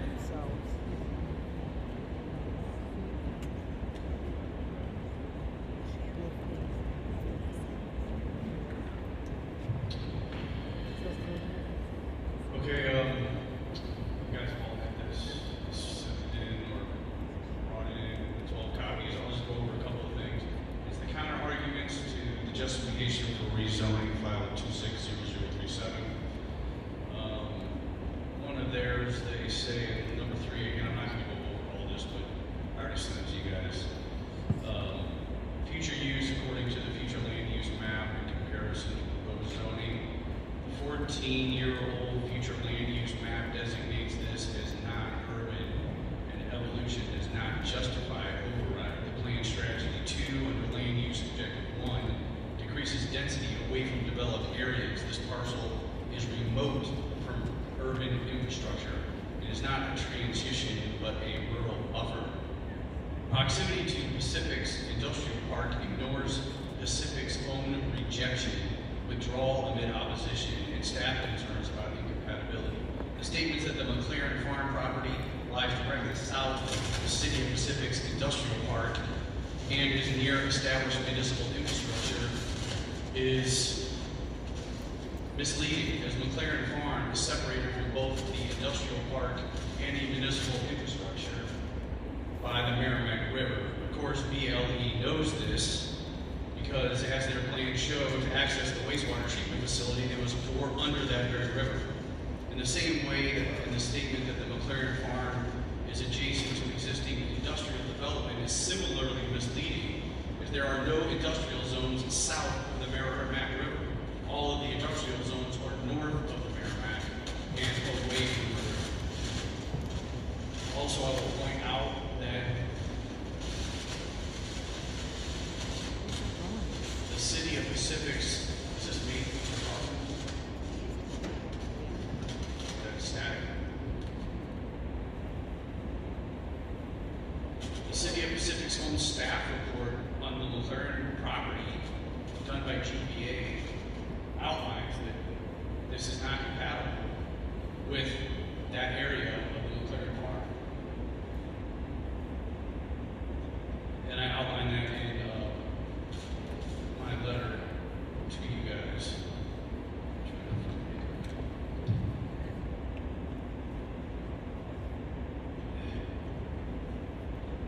Well, I also don't think that you guys should override the City of Pacific. The City of Pacific should be able to make its own decisions, and it should not be overridden by Franklin County. Thank you. There you go.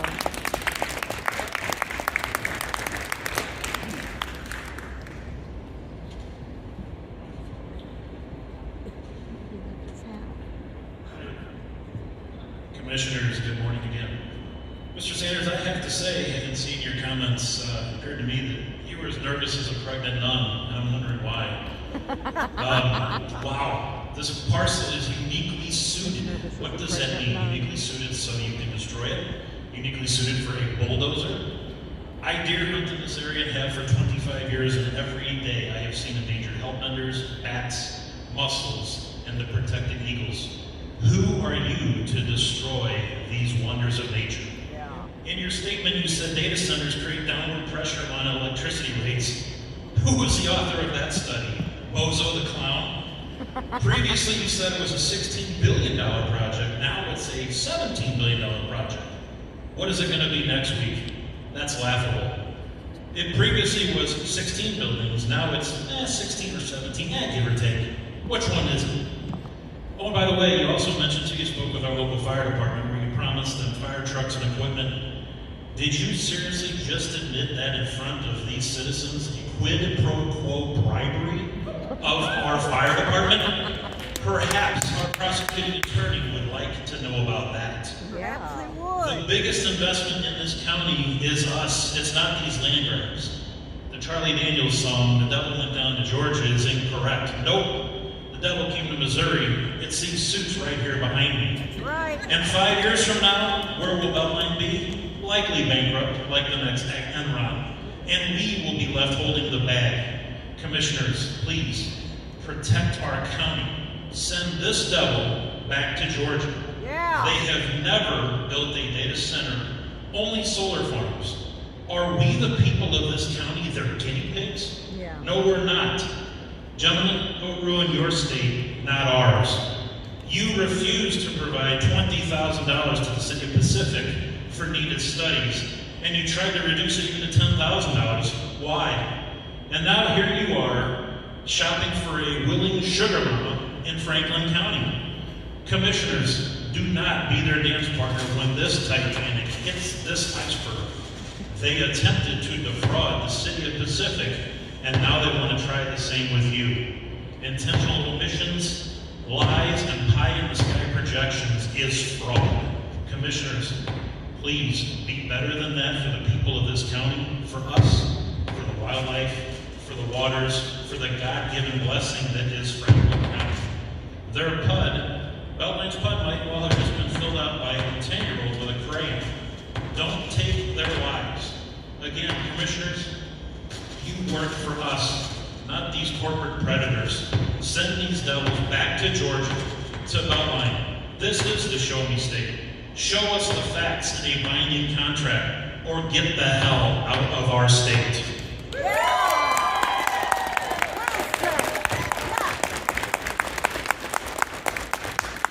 Devil. Is Dana Bowers here? Dana's here. Samantha Crooks, you'll be on deck.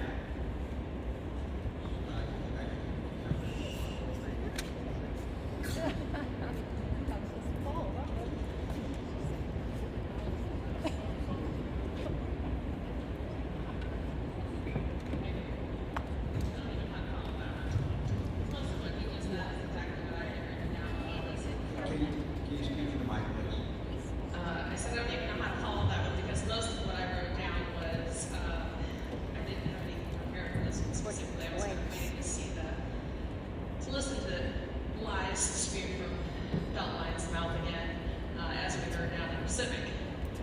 I encourage you all to follow in the example of what our alderman in the Pacific did. I commend them for standing for our city. And I hope that you follow suit. The February meeting, 3 different versions of a financial funding agreement, and Beltline couldn't even follow through with that. They show up to the meeting, did not want to have discussions about it, and sent an entire high school room full of people home with no answers, not allowing us to speak or have a voice. And lo and behold, here they sit, trying to take over the entire county instead of just trying to run over our city. That I am not okay with. That's fraudulent, with a lot of information that's been provided. And I will touch on what Corbett did as well. How dare you stand up here in our town and admit to the fact that he went to our fire department and blatantly bribed them, coerced them into funding, wanting to back this project by him funding new equipment for our fire department? That's disgusting. Do we really seriously want to have a company doing business in our community that admittedly stands here in front of us bribing our people? I really don't think we do. That's not how we do things here in this county. We have a minute left. I'm going to tell you this. I've done my research. I have a son that has an illness that is incurable. I have another son that has a TBI. I've done my medical research. I use all naturopathic, homeopathic medications to treat my boys. These type of facilities will mentally, emotionally, physically harm the human body. It will also deplete our natural resources in the way that I use alternative medication forms to keep my boys healthy. Please, I implore you, this is just not the place for it. I don't have a problem with them, but not here. Put them in already heavy-duty industrial zoned areas, not take over our farmlands. Thank you. Yeah.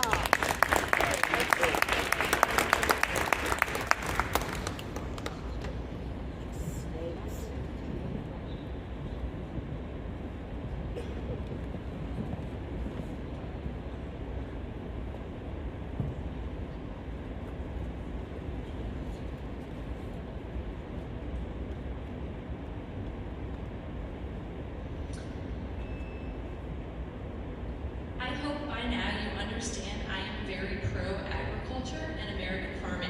Did you know March 15th and the 21st is National Agricultural Week? The MDA posted, all week we're celebrating agriculture, Missouri's top industry, which contributes $93.7 billion annually, from beef cattle, hogs, chickens, and turkeys to hay, soybeans, corn, cotton, and rice. Missouri is an agricultural powerhouse. But the reality is 2,000 acres of farmland per day is being destroyed in the United States. I remember sitting at the January 20th meeting wishing there was a farmer on the Planning and Zoning Board, someone who understood the importance of land preservation. Then just days later, rumors proved to be true. The farmer wasn't there because he too was trying to rezone his land to become concrete. The rezoning request for this property is absolutely devastating news. When farmers do not want to protect their own land, it becomes a major concern. When one piece of farmland is given up, it doesn't just affect one farmer, it affects all of us. Because farmland is not just private property, it's a part of a shared system that feeds communities, supports local economies, and sustains the land itself. When farmland turns into industrial ground, it changes everything around it. It changes the water, it changes the wildlife, it changes the future of the neighboring farms still trying to hold on. And it creates a ripple effect, because when one farm goes, it becomes easier for the next to follow. Franklin County does not need more industrial properties. It needs a planning and zoning board who are for the county. It needs to fight against the temptations of money and promises that won't be kept. I pray that everyone speaking against the files presented here tonight are heard and respected through your decision makings. Thank you. God bless.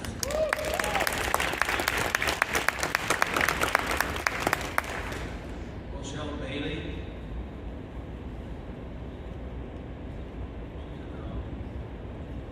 Melissa Humphreys.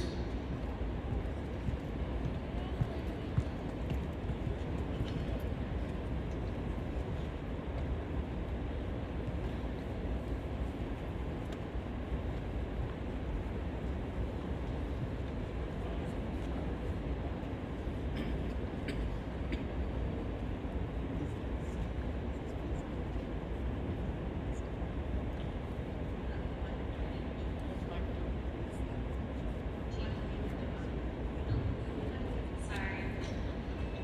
Alright, the rezoning of the McLaren property should be denied. This property does not line up with the future use of the master plan for Franklin County. This is strictly an agricultural area in nature with no current access to public water, sewer, and no commercial properties in close proximity. The Missouri Department of Conservation flagged this property for its wildlife and sensitive ecosystem, which should be a warning to us all.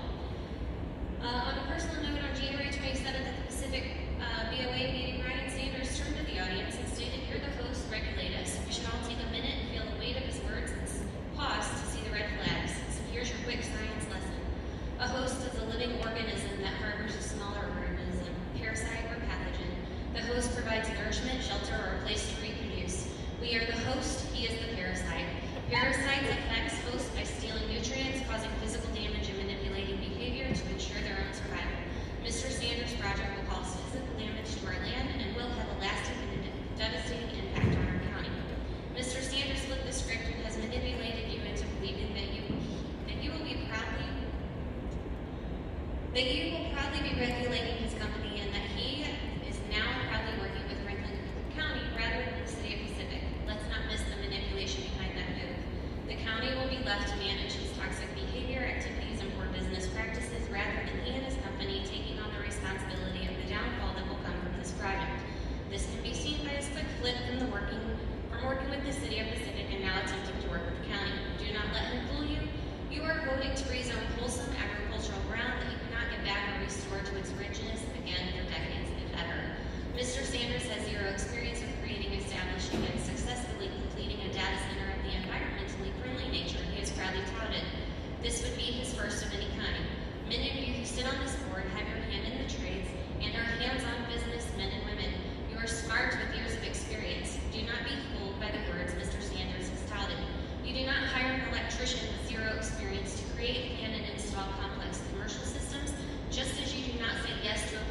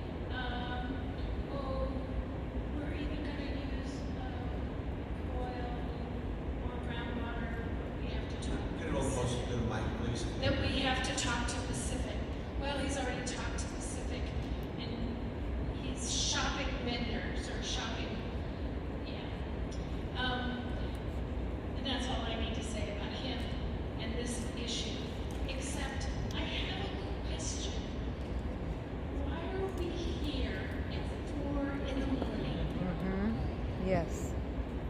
I think we're staying around because we want to look you in the eyes if you decide something unseemly.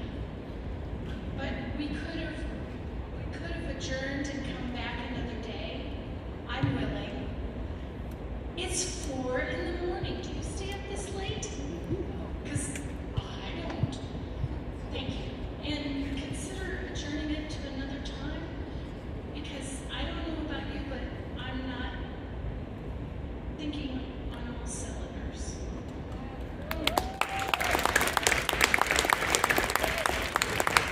Ridiculous. Jesse Lee. Sherman Smith. And on deck. You're on deck.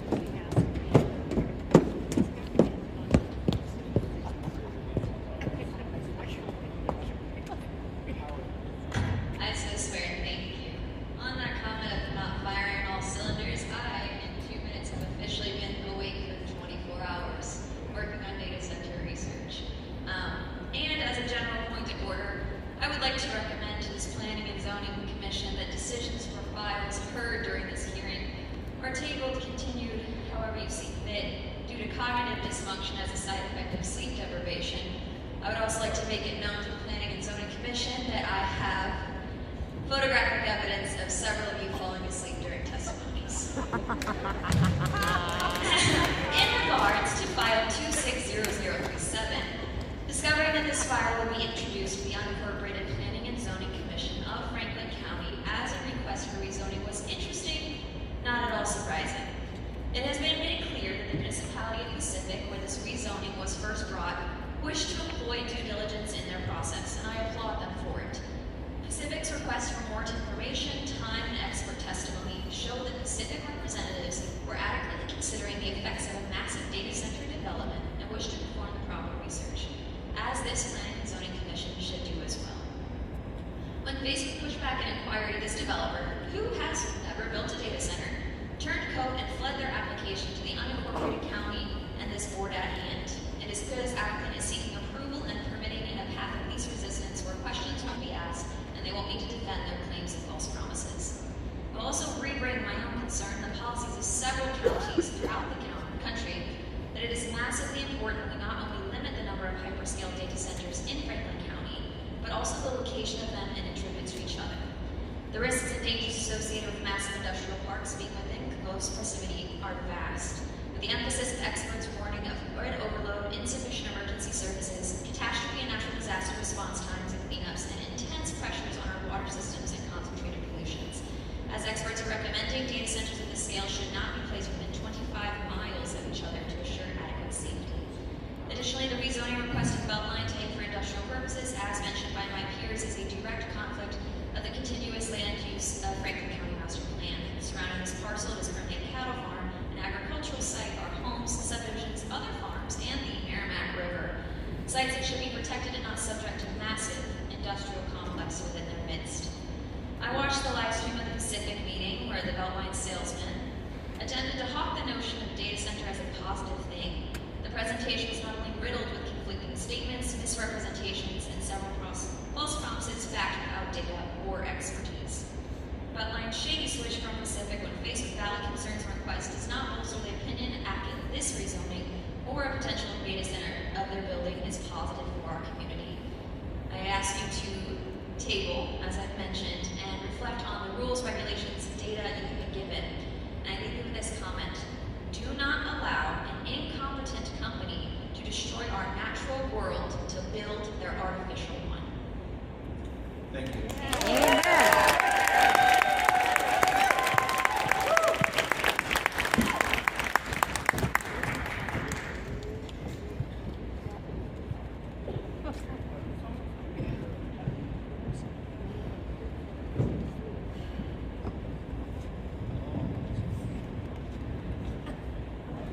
You want to hold it? Okay, so loud enough.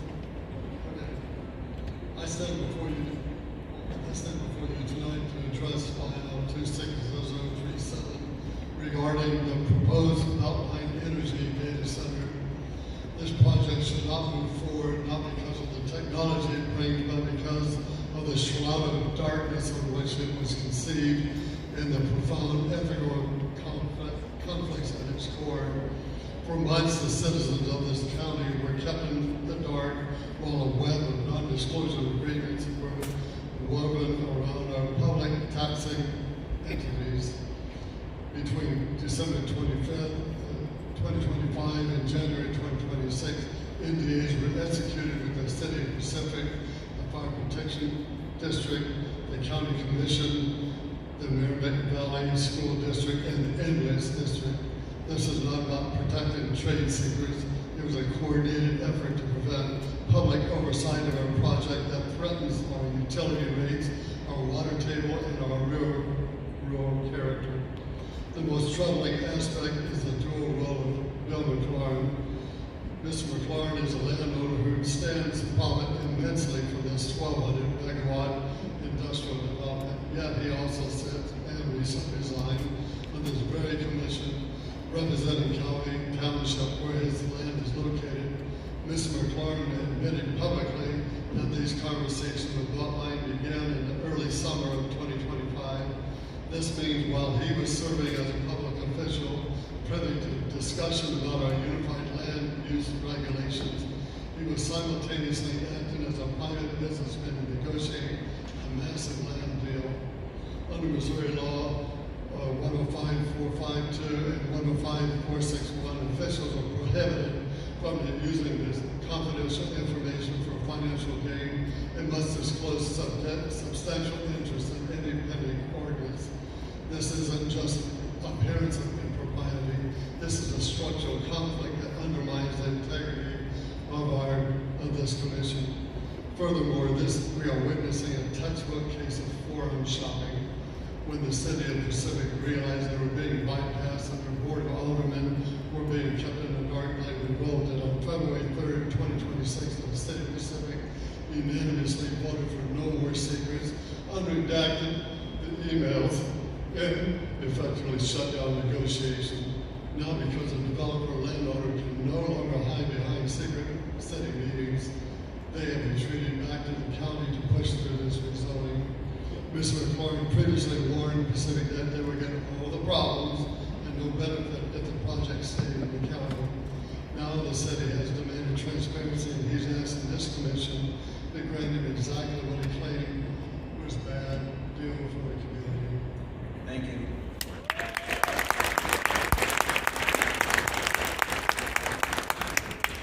Elizabeth Bennett.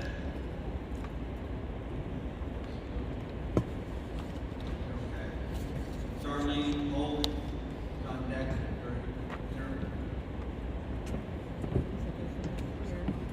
Yes, you did.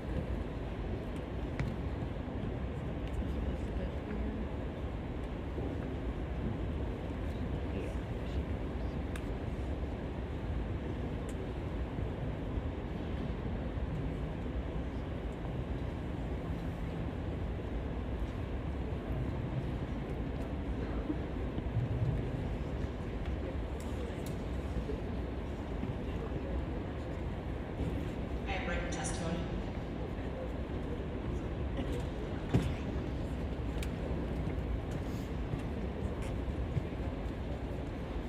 Hello again, I'm Elizabeth Allen Bennett of Robertsville.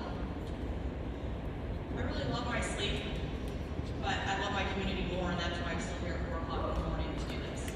I'm here to express my strong opposition to the proposed data park development at Crooked Creek Beach and ask that you deny the rezoning request.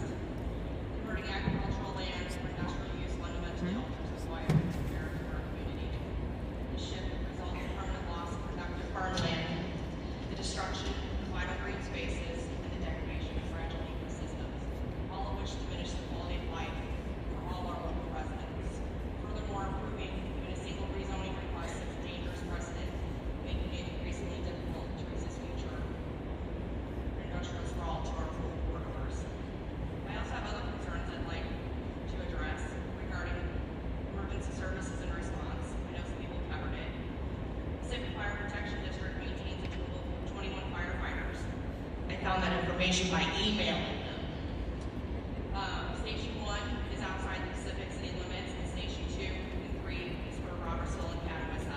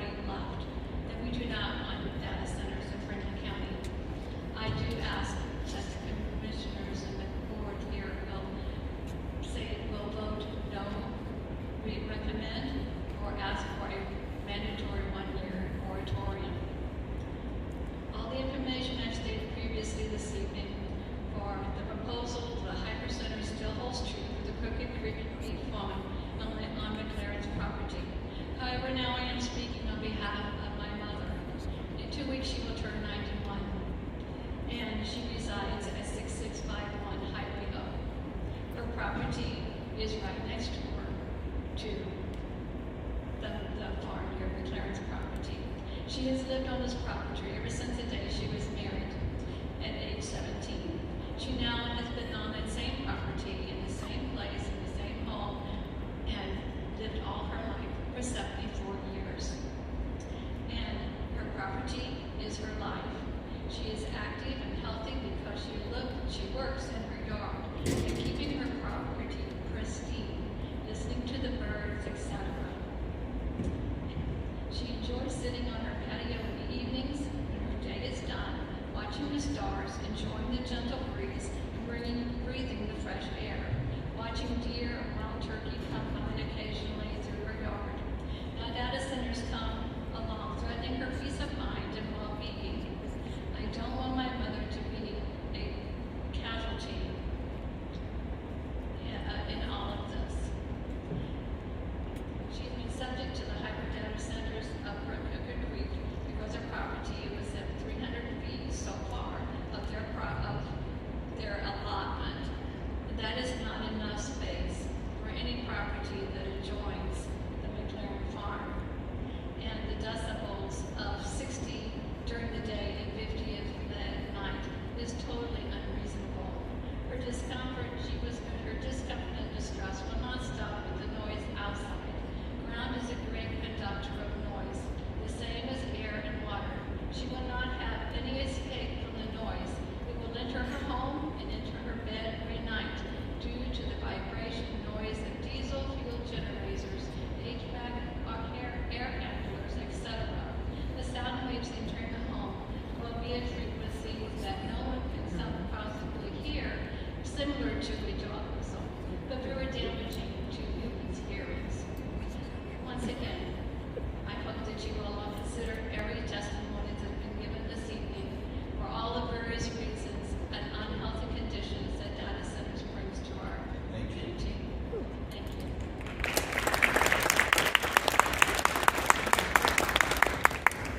Patricia Schuba, James Boyle, Nunette.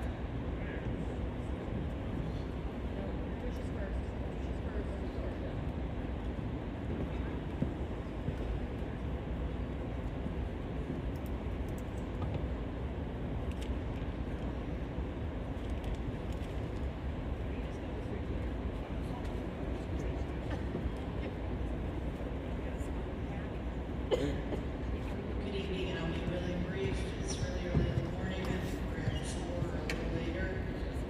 My name is Patricia Schuba, and I'm here tonight, like many of the people behind me, not because we want to keep everyone awake, but because we care about our neighbors. Just want to be clear about that. This is why I'm personally here.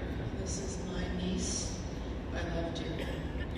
And I came because I care about this issue. Because I think we're leaving a legacy to them that could be very different than what we hope it to be. If you are willing to put a data center the size of the Fenton GM plant, and many of us have driven by that frequently. I look to my right coming west to come home, and I see that expanse which now has Amazon and other things there. That's a huge expanse of land used for something like a data center to be sitting right on the Merrimack River on the other side of the Pacific. There were some comments made about water use, and I'm a little confused because when I looked at the original, I don't know what you call it, prospectus or plan for the data center on the other side of the Pacific, I thought they left it open to use several sources of water because I think the amount of water they want to use per day exceeds the source the Pacific can provide. And I thought it was something like 2 million gallons per day, but I can't remember. But especially at 4 in the morning. But so where are they going to get the water from? You have surface water, which is the Merrimack River, or you have groundwater, which they have to drill to get, or you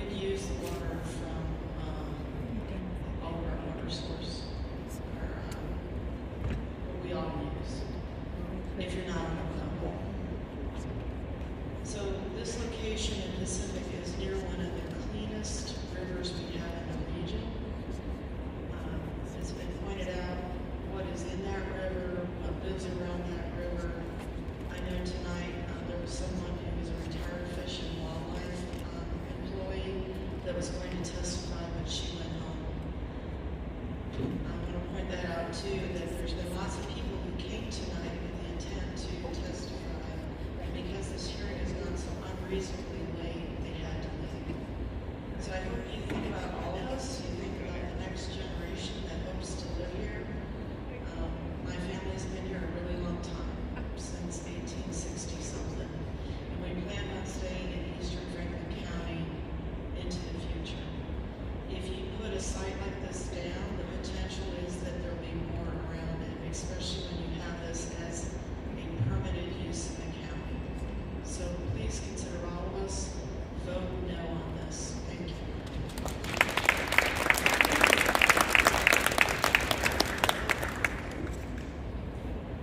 James Boyle.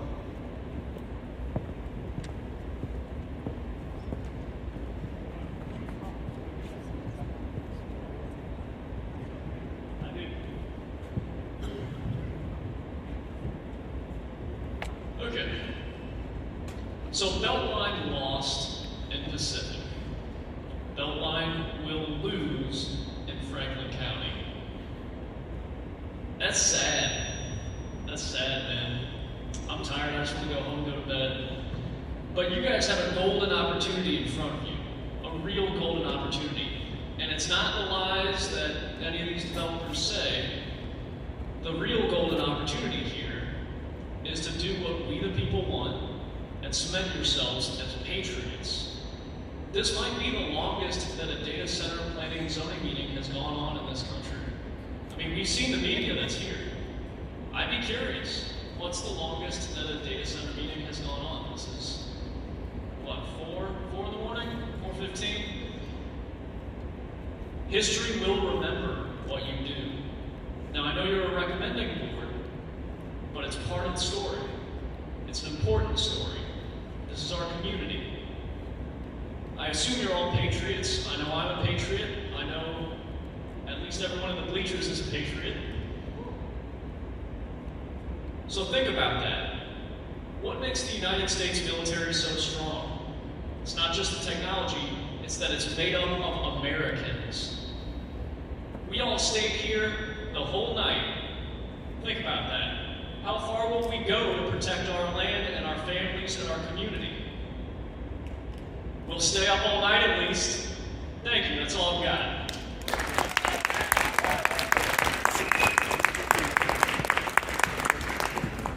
Sam Dean. Sam Dean, you still there?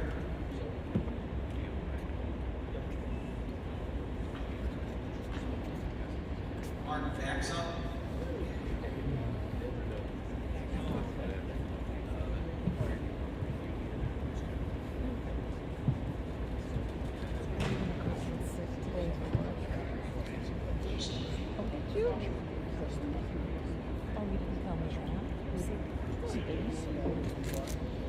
Mr. Chairman, I have testimony.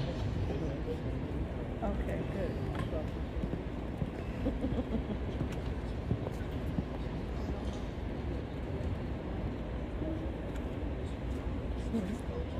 Mr. Chairman, members of the commission, thank you again for your time. It's a pleasure to present the final case and thoughts and opinions and recommendations on file 260037. It's a request to rezone approximately 490 acres from W zoning to A zoning. And I want to begin the same way I have throughout this process, and that is, this is not opposition to progress, and it's not opposition necessarily to data centers. It is about, though, proper planning, proper location, and protecting the citizens you represent. Because what is being proposed here is not a typical land usage. This is the introduction of large-scale continuous industrial use into a rural and residential environment. And once that precedent is set, it does not stop with just one property. It extends across the entire county. The properties along Wheelan Road and Highway O are part of a rural landscape characterized by homes, open land, and a way of life for residents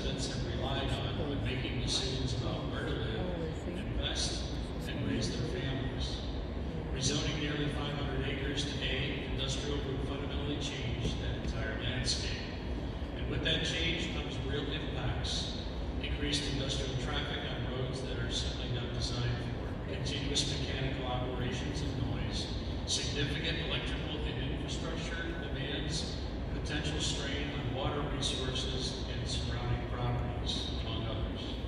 These are not theoretical concerns, these are well-documented characteristics of hyperscale data center development, and that leads to a fundamental question for this entire commission.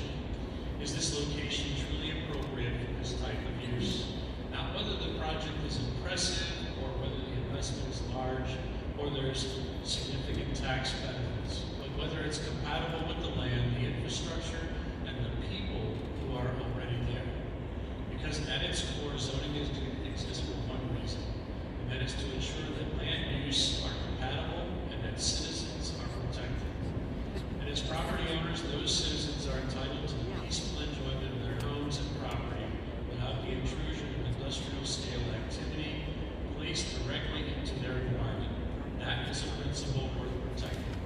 This commission has the responsibility to think not just about today, but about what this decision means 5, 10, and 20 years from now. Because once this land is rezoned, that decision cannot easily be undone.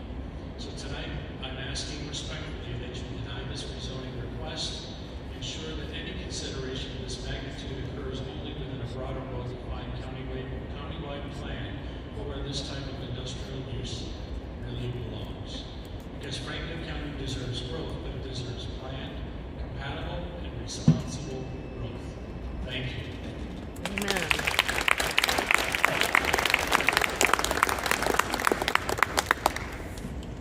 Amanda Kellogg.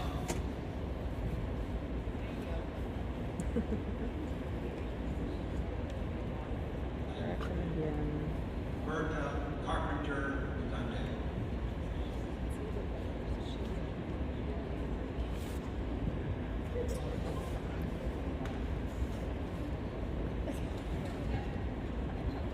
We're going to collectively practice Spanish for a minute. Teyo. KO. So I want to talk to you about a form of power that is much harder to see. We are used to thinking about power as something obvious, like laws or enforcement or decisions made in this room. But the power we are dealing with today doesn't always look like control. What it looks like is freedom. And we are told that we are free. Free to think, to choose, to decide what we believe. But we are living in a time where those choices are increasingly shaped by systems we do not see. Massive digital infrastructure, powered by AI and data, are designed to collect information about how people think, feel, and behave. And that information is not just stored, it is used. It's used to predict behavior and shape what people see and to influence what feels true. This is referred to as psychopolitics, a form of power that does not operate through force, but through the shaping of the mind. It makes people feel as if they're arriving at their own conclusions. I bet you all feel like that tonight. But what's actually happening is that your minds are being shaped. So it looks like this in everyday life. You have a conversation via your phone about something, and suddenly ads for that exact thing start showing up. You search for one topic, and within minutes, your Facebook feed is filled with content reinforcing a certain perspective. You think you are choosing what to engage with, but what you're seeing has already been curated and filtered for you, and that's not random. Whether fully understood or not, these examples point to something deeper. That power is no longer operating through institutions like commissioners or policing, but through environments where ideas and beliefs are formed. And as these systems become more capable of predicting what people will do, the future itself becomes more predictable and therefore more controllable. So this is not just about technology. This is about power shaping the conditions under which people think, decide, and act. And so you have to ask, who controls these systems? Who benefits from them? Certainly not us at 4 o'clock in the morning. And what does it mean for communities to host infrastructure that has the power to shape how people think and act.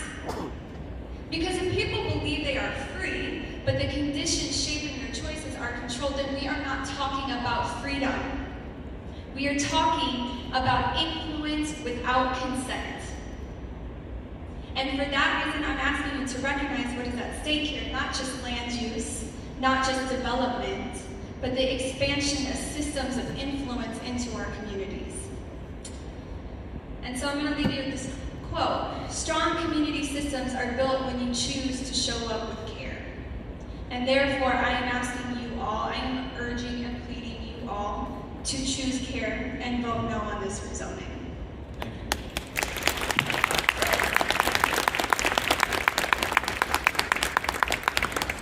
Dana Briggs. And then Ann Hayden, and not there. Oh, I'm sorry. I'm going to burn it out. This one. Dana, you're on next. And I have some testimony.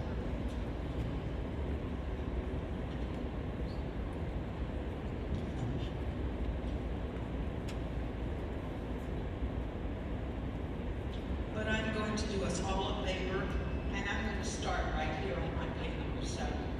I'm cutting a little bit out for all of us. I am sure that you all know that Pacific is not the first community to be approached by Beltline. In May of 2025, Beltline proposed a data center project in Luther, Oklahoma, involving a 300-acre parcel owned by Oklahoma State Department of Education and an adjacent 80-acre privately owned parcel near the Red Bud Power Plant. That proposal also included the use of gray water from a treatment facility approximately 9 miles away, no river. As of March 12, 9.5 months after their first contact, Luther has not received a rezoning application. I've developed a friendship with a member of the Luther Planning Commission, and we speak often. As a matter of fact, as I was writing this testimony, she called to update me on an action that the Cherokee Nation is taking related to data centers. That's what I wrote about. Given what I have learned about Luther, I ask why the urgency for the Pacific site. Beltline's interest in the area appears to have begun after Luther, yet the Balin Road property has already been subject to 2 rezoning requests in just over 5 months, or maybe a little more. Is this an example of responsible, deliberate planning in Luther? Or has the community been abandoned in favor of a faster process elsewhere? Let's not be the faster process. Thank you.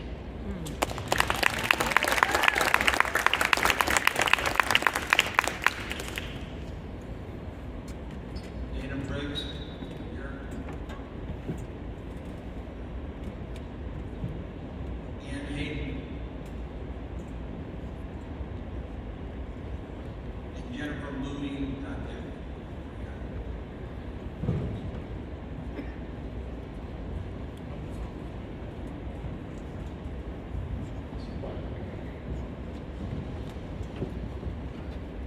Hi. Anytime.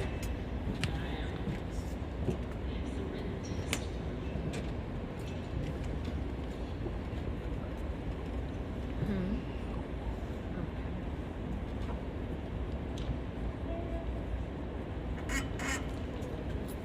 Hi again. I'm Annie and live outside of Pacific. I'm 2.5 miles from this proposed data center. A little background on me. I'm a real estate agent.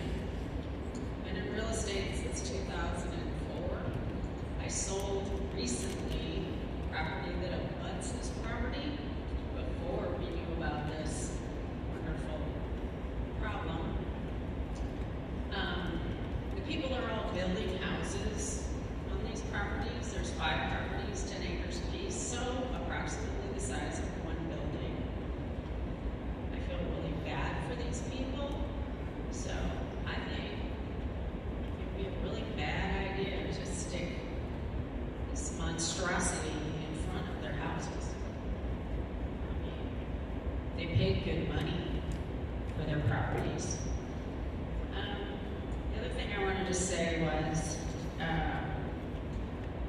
recently read a study from MIT technology, and in China they had a big build out of data centers. I mean, huge. 80% are unused. Let's not be like them. Let's leave it as farmland. Please vote no. Thank you.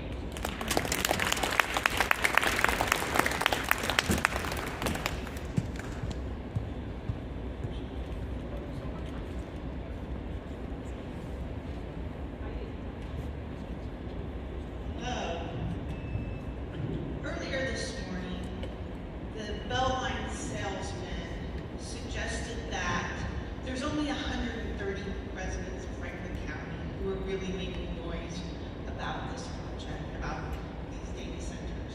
But I would remind you that when we started this marathon of a meeting 10 and a half hours ago, there were nearly 1,000 people in the stands. Nearly 1,000 people came out, most of which were wanting to speak against these data centers.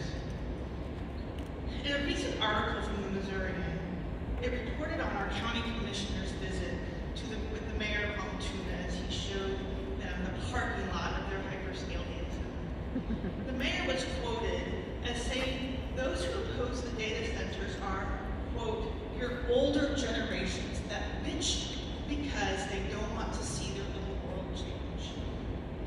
Well, as you can see here tonight, there is opposition from across the generations. Our young adults, our middle-aged, and our elders have formed a coalition that opposes hyperscale data centers in the agricultural and residential areas of Franklin County. This is a coalition that is becoming a community focused on bettering Franklin County for all citizens, not just a few. A coalition that opposes the takeover of our county by multi-billion-dollar international corporations. Together, we have the energy of youth, the experience of middle age, and yes, even the wisdom of our elders. What about me? I'm not here just bitching about change. I'm not against change.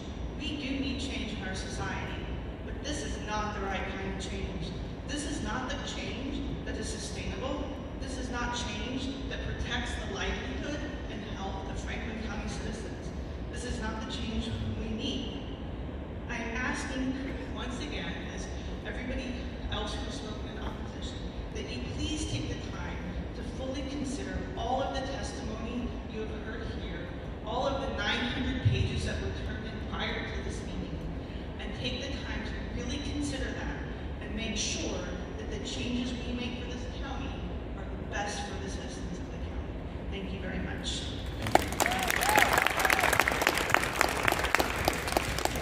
As the last speaker in opposition of the file, Mr. Voss, is there anything you'd like to respond? You have a minute to do that.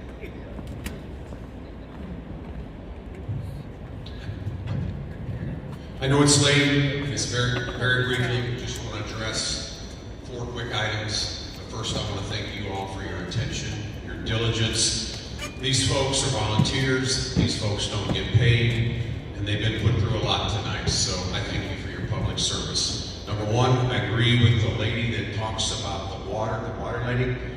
There has to be an agreement that would be reached with Pacific, a utility agreement, because their system has to be upgraded to do what needs to be done. She's 100% correct. I agree with her on that. Number 2, it is not a bribe to a fire department to say that if we build buildings that may need an additional fire truck to protect them, it's either going to be paid by the taxpayers of the whole district, or is it fair that the person that caused the extra need pay for it? So whenever Beltline said that they would help with that cost, we went into an agreement with them. That is not a bribe, but it's taken off the backs of all the taxpayers in that district.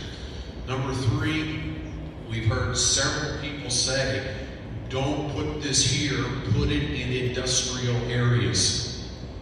Unfortunately, in Franklin County, there are basically no industrially zoned areas currently. But the proposed reg calls for A zoning. There is no A zoning basically anywhere in Franklin County, thus the dilemma. And then lastly, the rezoning complies with the master plan. if you look at the master plan, when it was put together, there was only 315 acres of unused industrial ground in Franklin County, unincorporated, 297 acres commercial. One of the largest goals of the master plan was to encourage new and existing commercial and industrial uses through zoning. That's in the master plan. The economic development goal said to strive for a diverse economy that focuses on creating jobs, boosts the economy, work to create more job opportunities by targeting growing sectors and supporting new and existing businesses, strive to further develop the quality workforce in Franklin County. Lastly, under economic development, the objective and goal, work to create more job opportunities by targeting growing sectors and create an inventory of sites available for this. This project brings jobs to our area. You heard the construction jobs, 1,700 to 2,700, and then 500 long-term folks working in IT. The proposed rezoning request meets the requirements of the master plan, especially when it comes to economic development. So I thank you very much for your time this evening.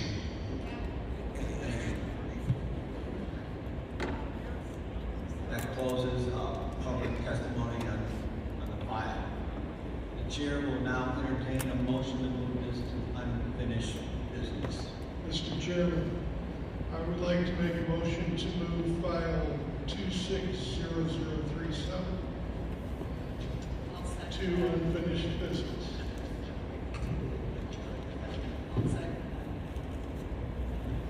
Okay, we have a motion and a second. All those in favor, say aye. Opposed? None. Thank you. Ladies and gentlemen, we have a lot to absorb in us today.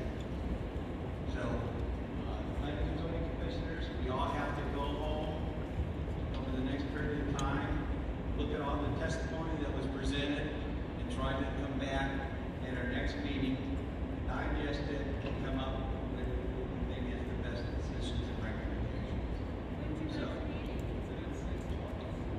let me announce.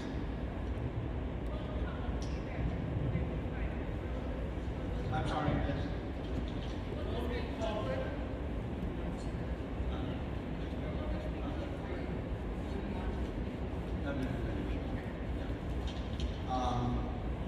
Moving on to planning and zoning commission forum.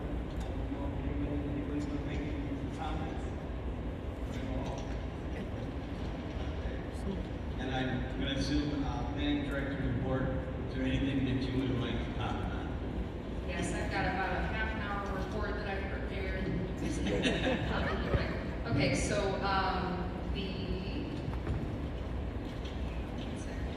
the April meeting will be the next Planning and Zoning Commission meeting. That'll be on April 21st.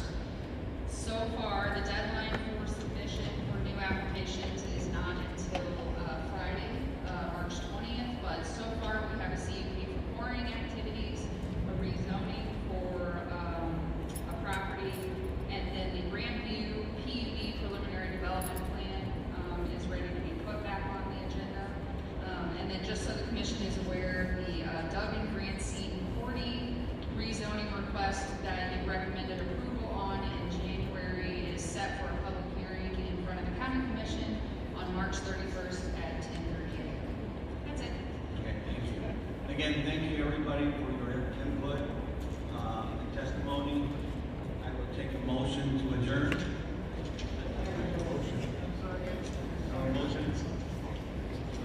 Made the motion, who made the second? Okay. All those in favor? Aye. Opposed? Thank you.